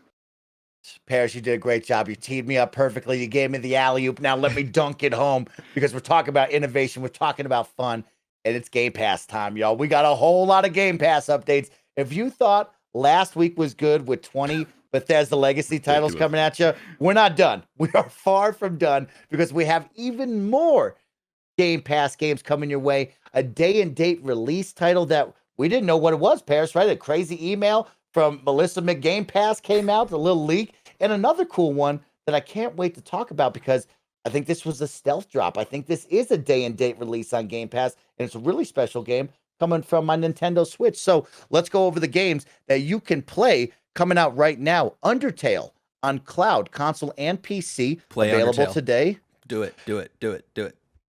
Empire of Sin, cloud, console, and PC, available on March 18th. Nier Automata on PC, March 18th. Star Wars Squadrons on console through EA Play, March 18th. Torchlight 3 on PC on March 18th. Genesis Noir, console and PC, March 25th. Octopath Traveler, console and PC, March 25th. Pillars of Eternity 2, Deadfire Ultimate Edition coming to PC on March 25th. Superland coming to PC on March 25th. Yakuza 6, The Song of Life coming to cloud, console and PC, March 25th. I'm going to mispronounce this one. Naruto Boy coming to cloud, console, and PC March 30th. And the big one, Outriders coming to cloud and console April 1st on release date. Hold up. Wait a minute. We got a whole lot of games coming our way, and we got a lot to talk about. I mean, Undertale, Octopath Traveler, Danny Peña, did they hit me with an Octopath Traveler out of nowhere, man? I freaked out. I was like, wait, what? That was on the Switch, an exclusive, you know? But I have to say this, Mike, and I posted a video of this on Twitter. I was like, look, man, I've been a fan of Xbox since day one, right? 2001, 20 years ago, right? This has, like, they got me excited again, man, for just gaming and about the company too, man, because Xbox, I feel like they're so hungry right now, more than ever. And all these announcements throughout the week, I'm like, all right, what's next? What are they gonna announce tomorrow at 9 a.m.? Every time at 9 a.m., there's always something new, right? So, but Outriders having on day one a third-party AAA game available on day one on Game Pass. That's a game changer. A game changer. I was even talking to Parris about this. I'm not saying it's gonna happen, but just imagine Ubisoft, right? Let's just make believe available. They start adding games on Game Pass, and they have like a game like Far Cry 6 on day one, you know, or EA when they have another big game available on Game Pass, you know, like I could see this happening in the future, man. Like this is a game changer. This is gonna change the industry in some way. Like this, I think, will help gaming in general, because when there's competition, man, it benefits us, like the gamers, man. We have so many options now, you know. So look, at first I was not planning to try out Outriders at all, but now that it's on Game Pass, and Parris has been telling me all the time, Danny, you gotta play Outriders. Like, I'm gonna play it. I'm gonna try it out with friends, crossplay, you know. So I even had people that pre-order the game, and they said that they were okay with it, Square Enix, if they wanted to get the money back, and they will contact Xbox. And so that was pretty cool seeing that, you know. So hey, look, man, everybody, this is the reason why you got to check out Game Pass. It's not only seeing games as AAA games they're available on day one, but also discovering new games, indie games that we were talking about a few minutes ago, man. Game Pass is a game changer in the industry. This is, to me, how when Xbox, the original console, came out, when they had the storage hard drive in the console and Ethernet, that was a game changer back then, right? This is a game changer for the next generation. It's not about 4K, it's about this, man. Game Pass, in my opinion, man. So I'm excited, man. This is dope. Really cool.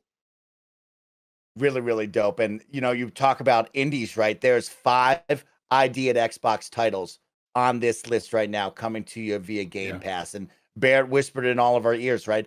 Play Undertale. People really speak highly of Undertale. Now's your opportunity, and guess what? You can play it anywhere on the ecosystem, and that's the big one for me. And we'll talk about it in a little bit later, similar to this this story that I'm going to bring up. But Outriders on cloud day one. Now, my friends are sick of me saying, "Oh, I'm just going to play it on my phone," because they're like, "Mike, you have a console, you got a PC. Stop yelling. You're going to play it on your phone, Mike." But that to me is like something that's really special. I've told the story on the Xcast of growing up as a kid and like not wanting to take trips with my family because I wanted to stay at home and play Halo and play on the Xbox, and packing it up and forcing my mom to put it in her luggage. And like the idea that now Outriders on day one is going to be on the cloud as well. That's really cool to me, of like, now I know my save is going to carry over. My character will continue to grind wherever I play. And this is like, Danny, like you said, this saved Outriders to me because I was not going to buy it. We talked about it on a previous Xcast. I was on the fence after that beta. I wasn't really into it. I was kind of into it. And now it's like, oh, well, now it's on Game Pass. There's no excuse not to try it with my boys, play it for a week, and then get out of there if I don't like it. And now I can play it on the cloud on a trip. I can play it on the console. And I love that feeling and the full crossplay. And it's like, man, did Game Pass just save Outriders for me? Heck yeah, it did. Like, that just brought it into the fold for me, which is a big deal to me. Yeah, no, 100% agree with you. And here's the thing, I have to say, man, all this was because of leadership, man, and having the right people that got hired to be part of the team on Xbox. Because all this is that, man, having the right people in the team, man. They made the changes, man, and I'm excited to see the future. What the company are planning to add, not only on Game Pass, but just who knows what else, man. Like, look, Thursday. Well, I know we're recording now, but tomorrow or next week, who knows what else they're gonna announce, man. Like, I was like, this is crazy. Outriders Day 1? What's next? So no, this got me super excited, man. Super excited for it. And Danny, I agree with you. It's about leadership, but I want to be even more specific because you know who it is. We're Tell talking him. about it. Yeah, it's Sarah Bond.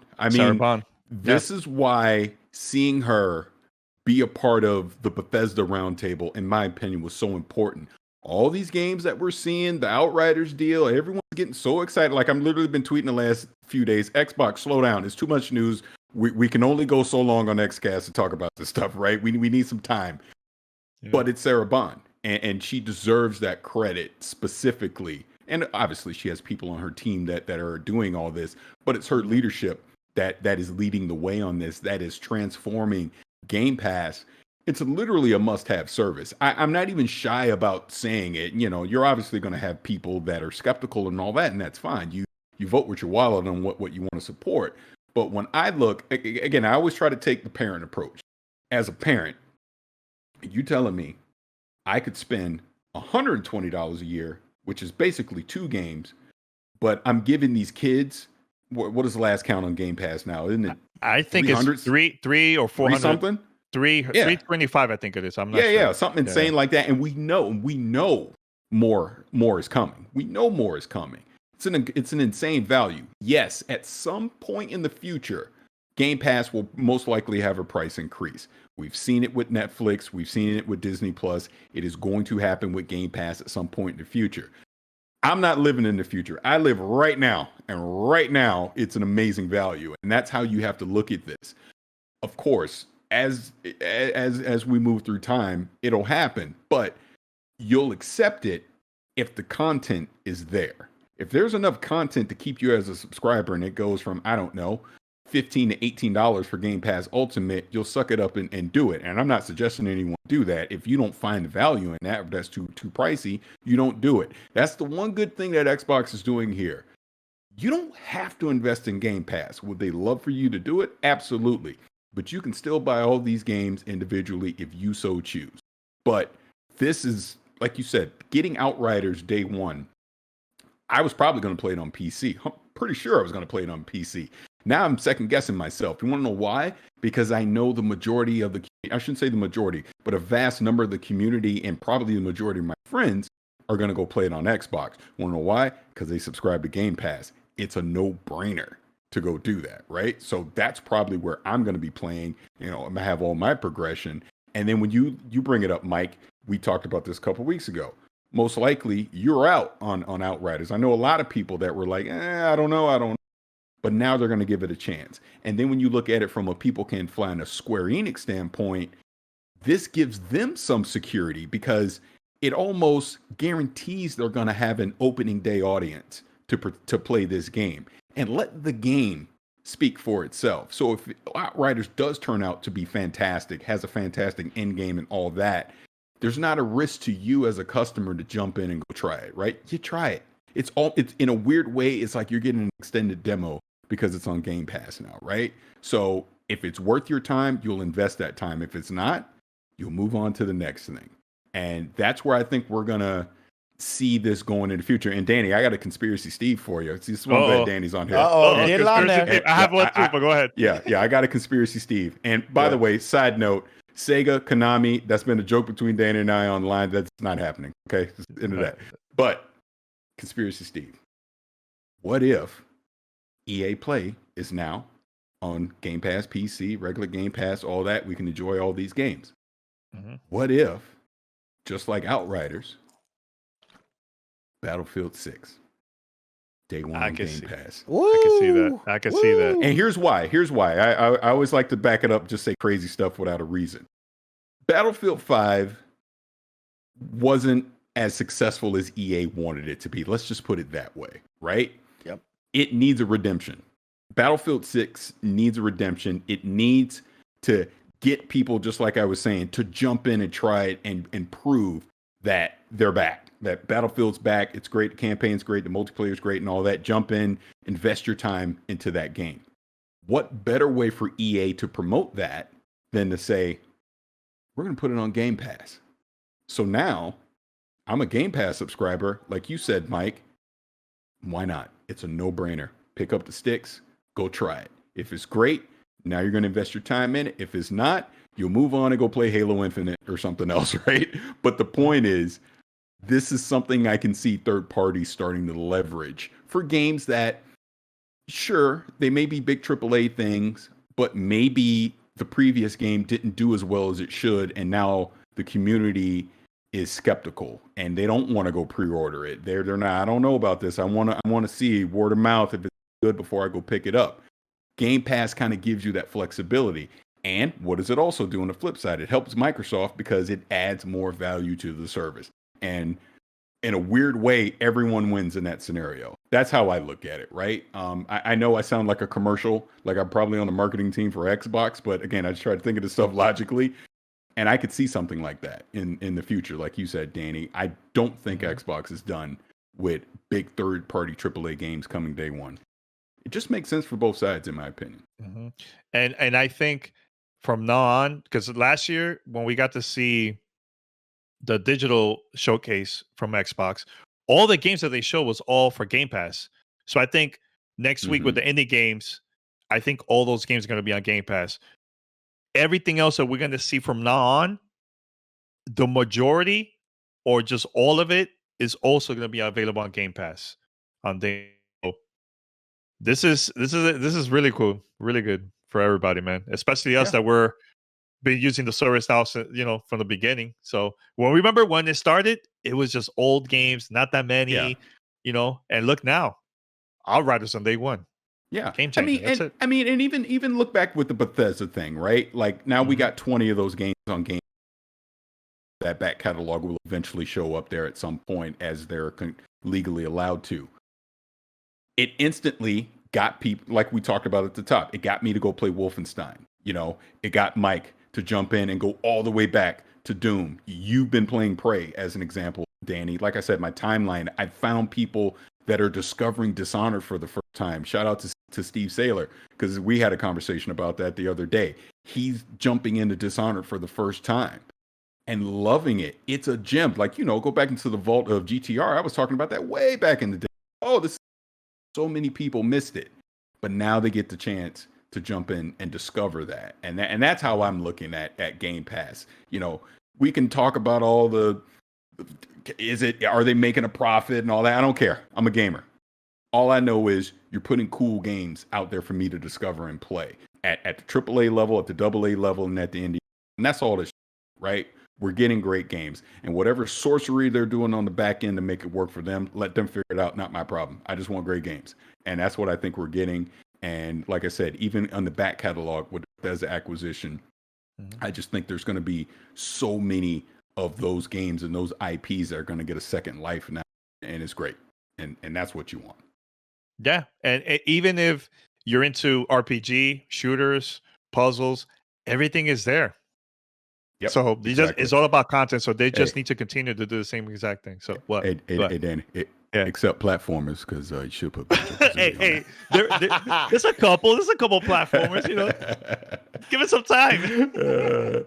You said it so well. I mean, Parris, you speak nothing but the truth, and I think all of the listeners out there are probably similar to me. It's like when I hear you say all that, I agree with that. I believe that because it's what I see, it's what I experience. And Danny says, it's like, man, look at all the different categories and genres you can pick from. And I look at this list right now, it's like, there's Empire of Sin. Here's a turn-based game similar to XCOM in a mobster Chicago setting, which I'm all about. And I'm like, man, I can't wait to give this a try. And that's one of those games, XCOM and many others of these turn-based, Gears Tactics, for example, I wouldn't pay $60. They're not up my alley. They're not my kind of game. Right. But now you put this on Game Cloud or on Game Pass, I'm like, man, I want that bad. I cannot wait to turn on Empire of Sin and play that game and see what that's all about. And then we got to talk about it. Octopath Traveler. What the heck is that? Where did that even come from? That is a banger of a game with an incredible art style, very special. They're going to make another one, Project Triangle out there soon enough. They already have that going on the Switch. But we look at this, it's like, where did this come from, Danny? This is out of left field.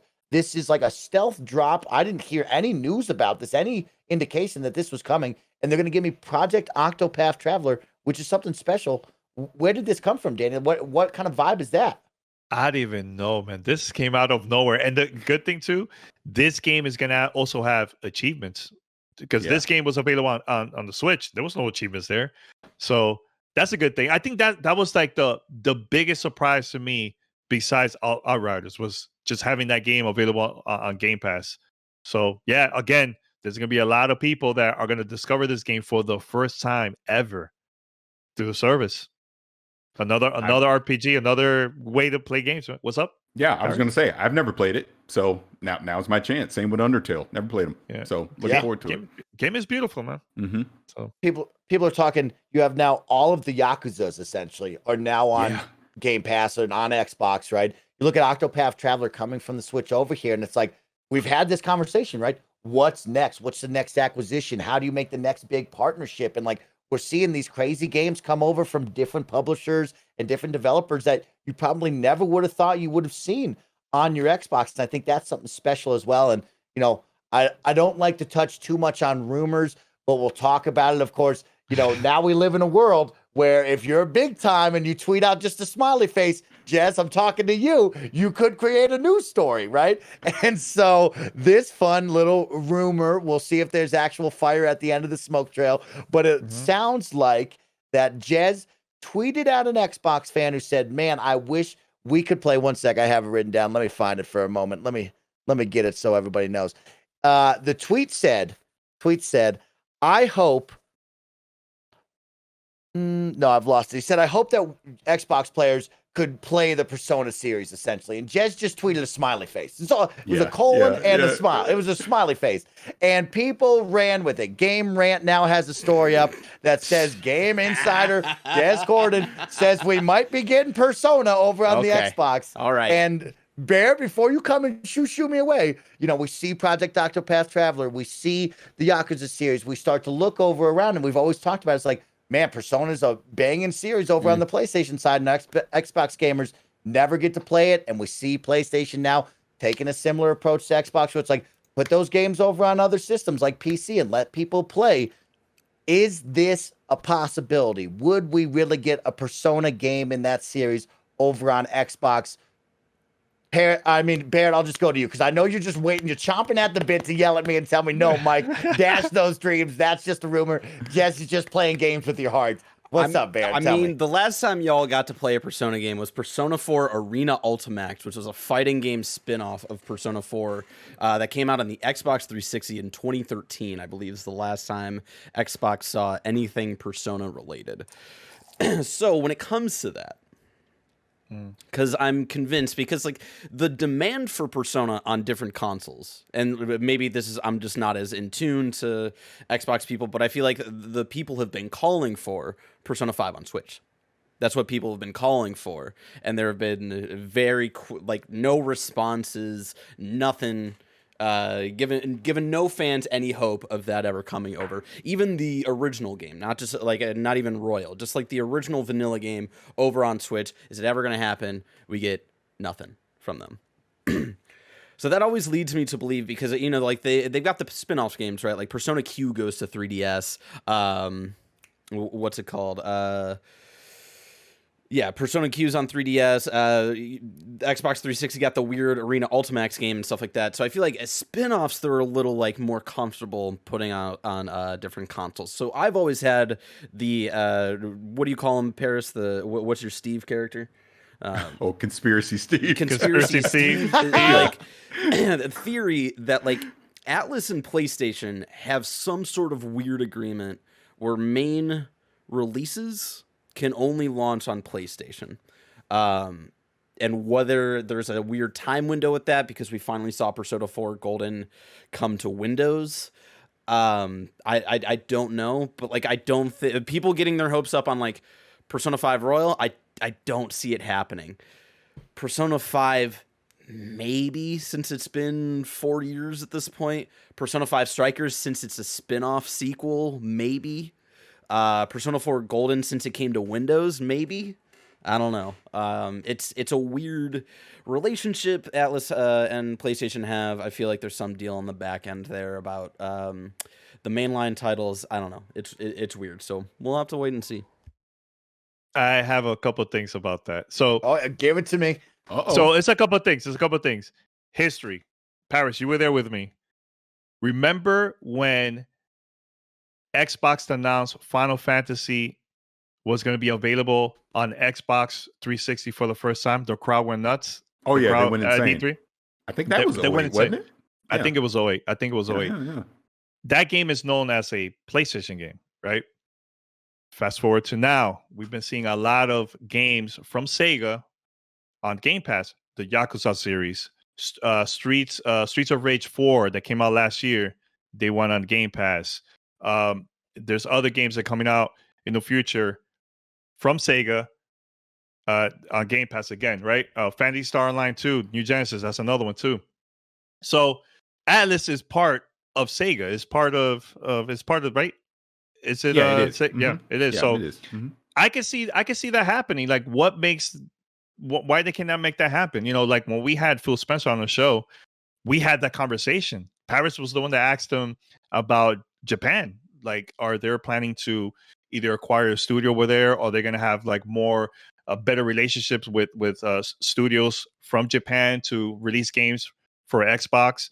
And that was his focus. You know, like when actually, for those who don't know, he traveled to Japan, I think right before our conversation, because he was mentioning, he went to Sega, he went to a couple other offices, like meetings about probably pushing Game Pass, talking about and everything in xCloud. I could see that happening, man, with Persona, the series, or even the new one in the future available on Game Pass, or even for the console. I think that's going to help the company overall. The conversation we're having, more new people are going to discover this. I have never played Yakuza until it was available on Game Pass. So I could see the same exact thing with Persona, the Persona series. And maybe my conspiracy, Steve, is just that, right? And like maybe it's just been Atlas has been comfortable with just launching on PlayStation with their mainline games, and they have never felt the need to push out of that boundary. And maybe because they're seeing the success of Game Pass and probably Yakuza as well, and how successful that's been, and how that's opened up so many more people to that series, maybe they're like, all right, maybe we do venture outside of this and give this series a shot to other people off of the PlayStation ecosystem. Maybe the launch of Persona 4 Golden on PC last year opened their eyes to some stuff. So yeah, anything could happen. Yeah, I mean, I could see it. Hey, a bunch of games now announced that is going to be coming out of Game Pass from Square Enix. That's a Japanese company. So, hey, man, fingers crossed. I want that. I want to see more RPGs, more games like that on Game Pass, because there's a lot of people that have never played that before, So the more the better. Jez with the tweet. Jez, you can tweet out a smiley face and people are going to run with it. Either way, no matter if it's true, false, whatever, it just starts a fun conversation. That's what it's all about, is having these cool ideas. What's next? What's that big partnership? What's that acquisition? And what's the future that we could be playing? Of course, the future is now. The PC gamers have been talking about it, and they've been saying, hey, what the heck is up with EA playing Game Pass on PC? Where is it at? And of course, it took some time, but it is now finally available. I highly encourage you to check out the blog post, watch the video, because there are some steps. It's not as easy as turning on your Xbox app over on your PC and just click and download. There are some steps for your first time download, so make sure to go check that out. I don't want to run through them all, but I highly encourage you, watch the video, read the article post. Parris, you're smiling at me because you know I'm about to read 7 steps here to do it. Tell me. Well, I was going to say shameless and not so shameless plug. If you go to my YouTube channel, there we go. My name, Parris, Parris. I literally recorded a video before we started Xcast going through those steps of how to sync up your Xbox account with the EA app, and then how to actually install a game once you do that, because there is a couple steps even there when you do that too. So it sounds complicated, like you said, with being multi-steps. It's actually pretty intuitive, be able to do. I think anyone that's gaming on PC won't really have an issue once they jump in to do it. I will caution about this though, because I ran this. My Xbox Live account was linked to a different email address than the one that I use currently to log into EA. So I had to do some mental gymnastics to remember the password to this old email account, go in, log into EA, unlink my Xbox Live account from it so that I could then link it to the account that I use now. But that's just me. I'm sure most people won't run into that. But if you are having problems linking an account, make sure that your Xbox Live account isn't linked to a different email address than the one you're currently using on. Parris, you can always shamelessly plug all the cool stuff. You and Danny on social media make some of the coolest, most informative, best content around. I mean, I look on Twitter, there's Parris with a video. There's Danny hit me with a fun, informative video. And it's really cool to log on to social media, what it's there for, right? And to see your guys' content and to experience and grow with you and get to know you and be informed by you. And you both do such a great job. So I always plug that stuff away. And at the same time, people go check these two out because they do some really cool content on social media that I personally love. Yeah, my favorite was Danny's world tour of just dunking on Parris. You know, it wasn't mine. It wasn't my favorite. I thought it was terrible. That was awesome. I love it. We got to get out of here, so I'm going to quickly run through a couple of things that we got because it's been a crazy news week, guys. I feel like we barely got through some of it. We didn't even get to talk about most of it because there was so much news coming from Xbox this week. But one I do want to highlight, of course, today we did get a cool special Behind the Minds video about the team working on cloud gaming with Xbox. You guys hear me talk about it all the time. I love cloud gaming. I believe in cloud gaming. And it's really fun, just easy 5 minutes. And then there's a blog post you can listen to or you can go read. But Kareem Chowdhury, corporate VP of Xbox Cloud Gaming, is on there. Kevin LaChapelle, VP of Engineering, is on there. Emily Higgins, User Research, is on there. And they're talking about their experience, the stories behind the scenes of Project xCloud and cloud gaming with Xbox. And a big special one that I had to highlight, right? We've talked about it. iOS, PC, where's it at? When's it coming? What's the future of all this?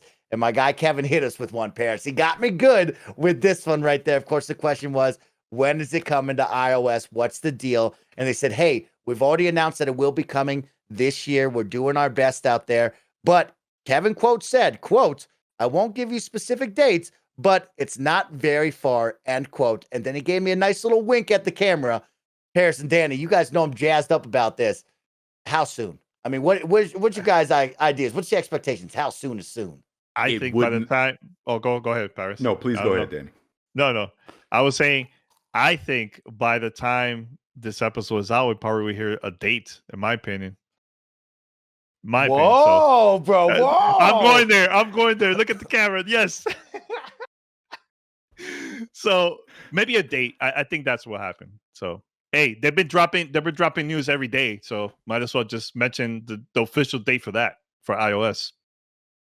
Well, I wasn't going to be that aggressive. I was going to say, I think by the time that you're playing Outriders, I think you'll be able to do it on your iPad. Dang, so Parris, that's weeks. Good. I like that. Okay, that's weeks. About 2-3 weeks right there, give or take. We're pretty close there. Special one to note as well, of course, we don't know where they are at with the Apple litigation and back and forth, right? Remember, this whole thing went down. They weren't going to allow them to put it on the app. So they did develop that browser-based workaround. Yeah. So it will be interesting to see. It's like, this is probably that workaround, right? We're not expecting this to all of a sudden Apple and Microsoft hold hands and say, hey, we've done it. We're good, right? So this is going to be the browser workaround, I have to assume? Yeah, I think so. Because as an example, I use GeForce now. And NVIDIA did the same thing. They did the browser workaround. And it's fine. It works great. I use it on my iPad. And it's working. So I would assume same thing that they're going to do for xCloud. They'll just do the Safari workaround and just not even bother trying to turn it into an app at this point. But yeah, I'm excited to see it when it finally comes. And then obviously shout out to Aaron Greenberg posting that picture of Phil Spencer on his Surface Pro playing Destiny 2. Clearly that had to have been the PC app he was playing on. So it's coming. It's soon. And you know, we've obviously seen some of some things. I think the more interesting thing about it is will it be at 1080p when it comes out? I'm thinking more specifically PC than on iOS, because we know that's been rumored as well. And I kind of feel like that's what they're waiting on before we see a TV app, because, Gary obviously talks about this all the time. To me, that's the big one. When I don't know if it's Samsung or whoever, they announced partnership with, let's just pretend it's Samsung. They announced this partnership with Samsung that Xbox Game Pass app is now built into every Samsung smart TV, right? It's just right there for you. Pick up your controller, connect it on Bluetooth, off you go.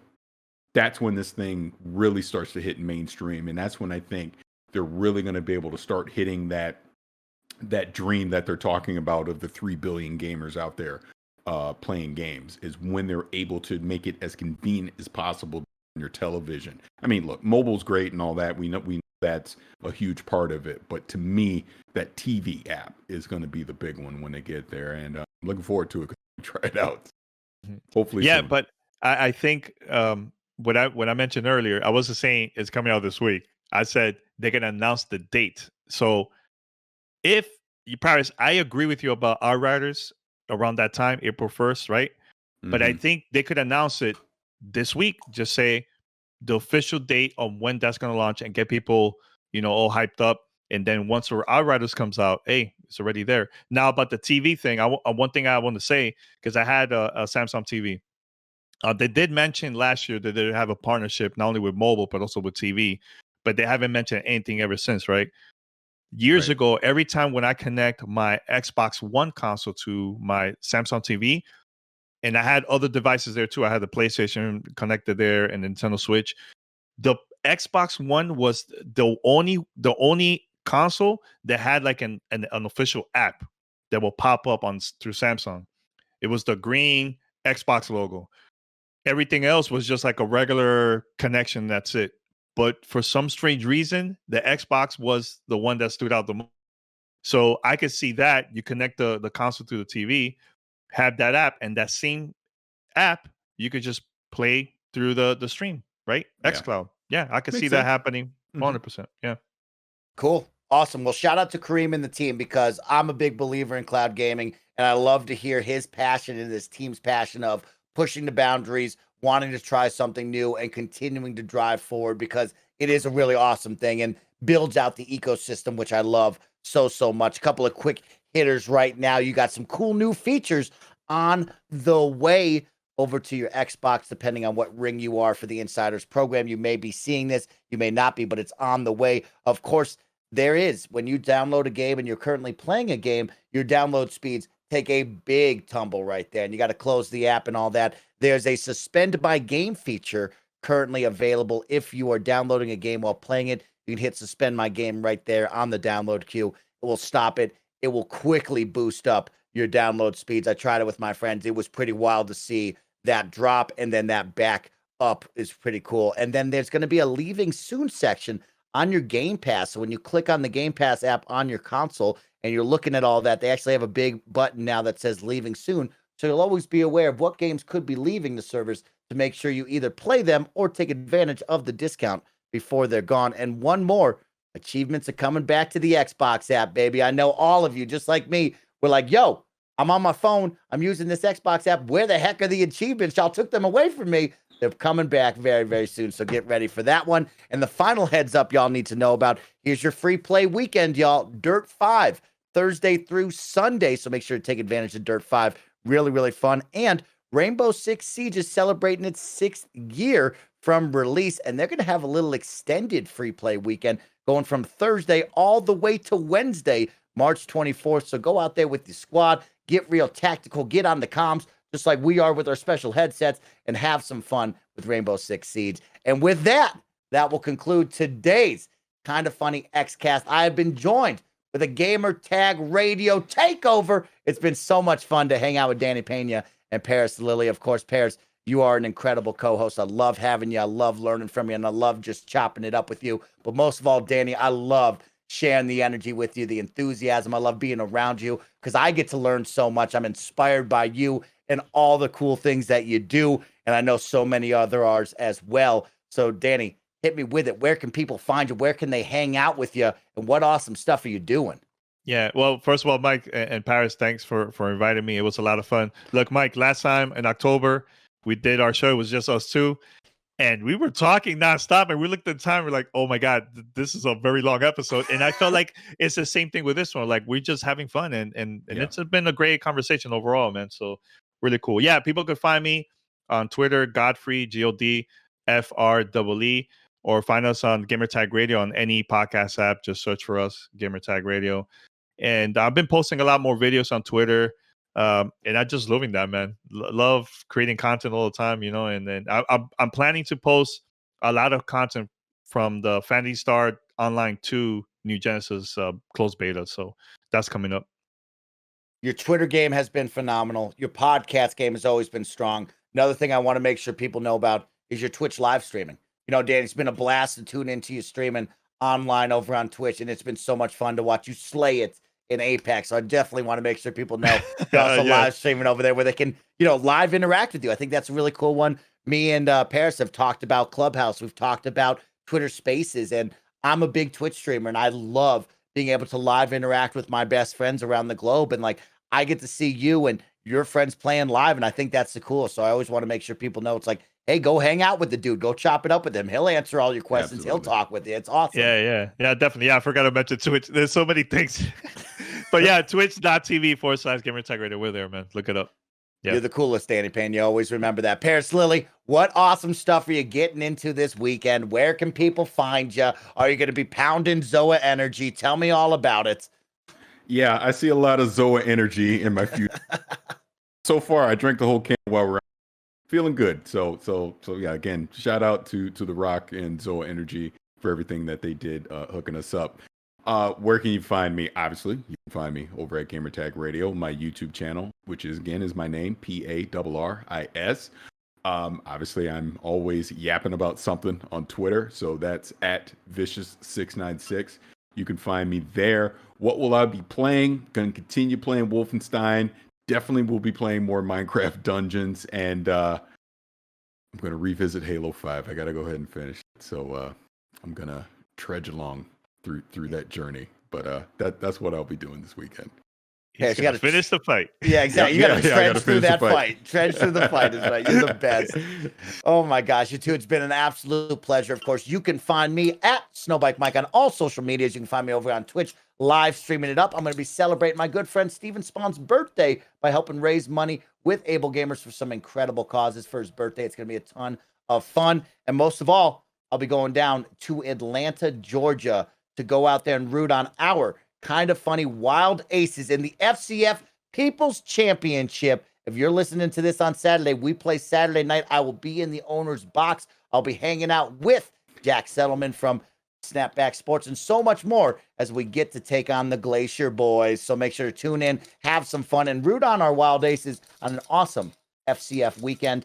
Excited for football, excited for sports, and most of all, can I pause you before we get out? Tell me, yeah, please. Because, you've shown Danny and I so much love, and I have to publicly return the favor to you. It's so funny going back, and especially since Danny here, I'm glad I'm really talking about because Danny, like I said, freaking 15 years ago was an inspiration to me, and I'm not here without him. And I look at you when you started Xcast last year, just watching it casually. Eventually, I wind up, here I am as a co-host. But you have grown so much as a host. I love how positive you are. I love just how you navigate the show. You got me and freaking Gary rambling about this, that, and the other. And you're just like the perfect referee, just getting us in and out of topics all the time. But, dude, your positivity is so infectious. And it's not just me saying that. I see the comments. I see what people say on social media about you. And it's inspiring, man. It keeps me, I have a smile on my face every week I come in here, and it's because of you. And that is God honest truth. I'm so excited for you to be able to go to Atlanta this week and just indulge in all of that. There's so many successes just waiting for you. And I'm excited to be a teeny tiny part of it. And I just want to celebrate you and say how much you are appreciated and how you joining Kind of Funny as a whole has just been a complete asset. I'm sure from Greg and Tim on down, they would all agree with me, man. But you're awesome. So just want to say that. Yeah, Thanks and so I much, Parris. always mention that to Parris too. I'm like, man, Mike is the next next generation, man. 100%. Yep. Yeah. Thanks, Parris. Thanks, Danny. You guys continue to inspire me. You give me the confidence. You make me comfortable, and it's fun to chop it up with both of you and just share the enthusiasm and a good time, and that's all that matters. So truly and honestly, on behalf of myself, thank you for the love and the support, and I can't wait to continue to learn and grow with all of you. And everybody listening and watching out there, you guys make this possible. And always remember, anything is possible if you work hard, you try, and most of all, have fun with it. And with that, it's time to get the heck out of here. It's time to enjoy our weekend. That has been the Kind of Funny Xcast on behalf of myself, Parris, Danny Peña for Gamer Tag Radio, and Bear Courtney working the ones and twos. Go out there, be good to one another, play a bunch of video games, and we'll see you next week. Peace, everybody.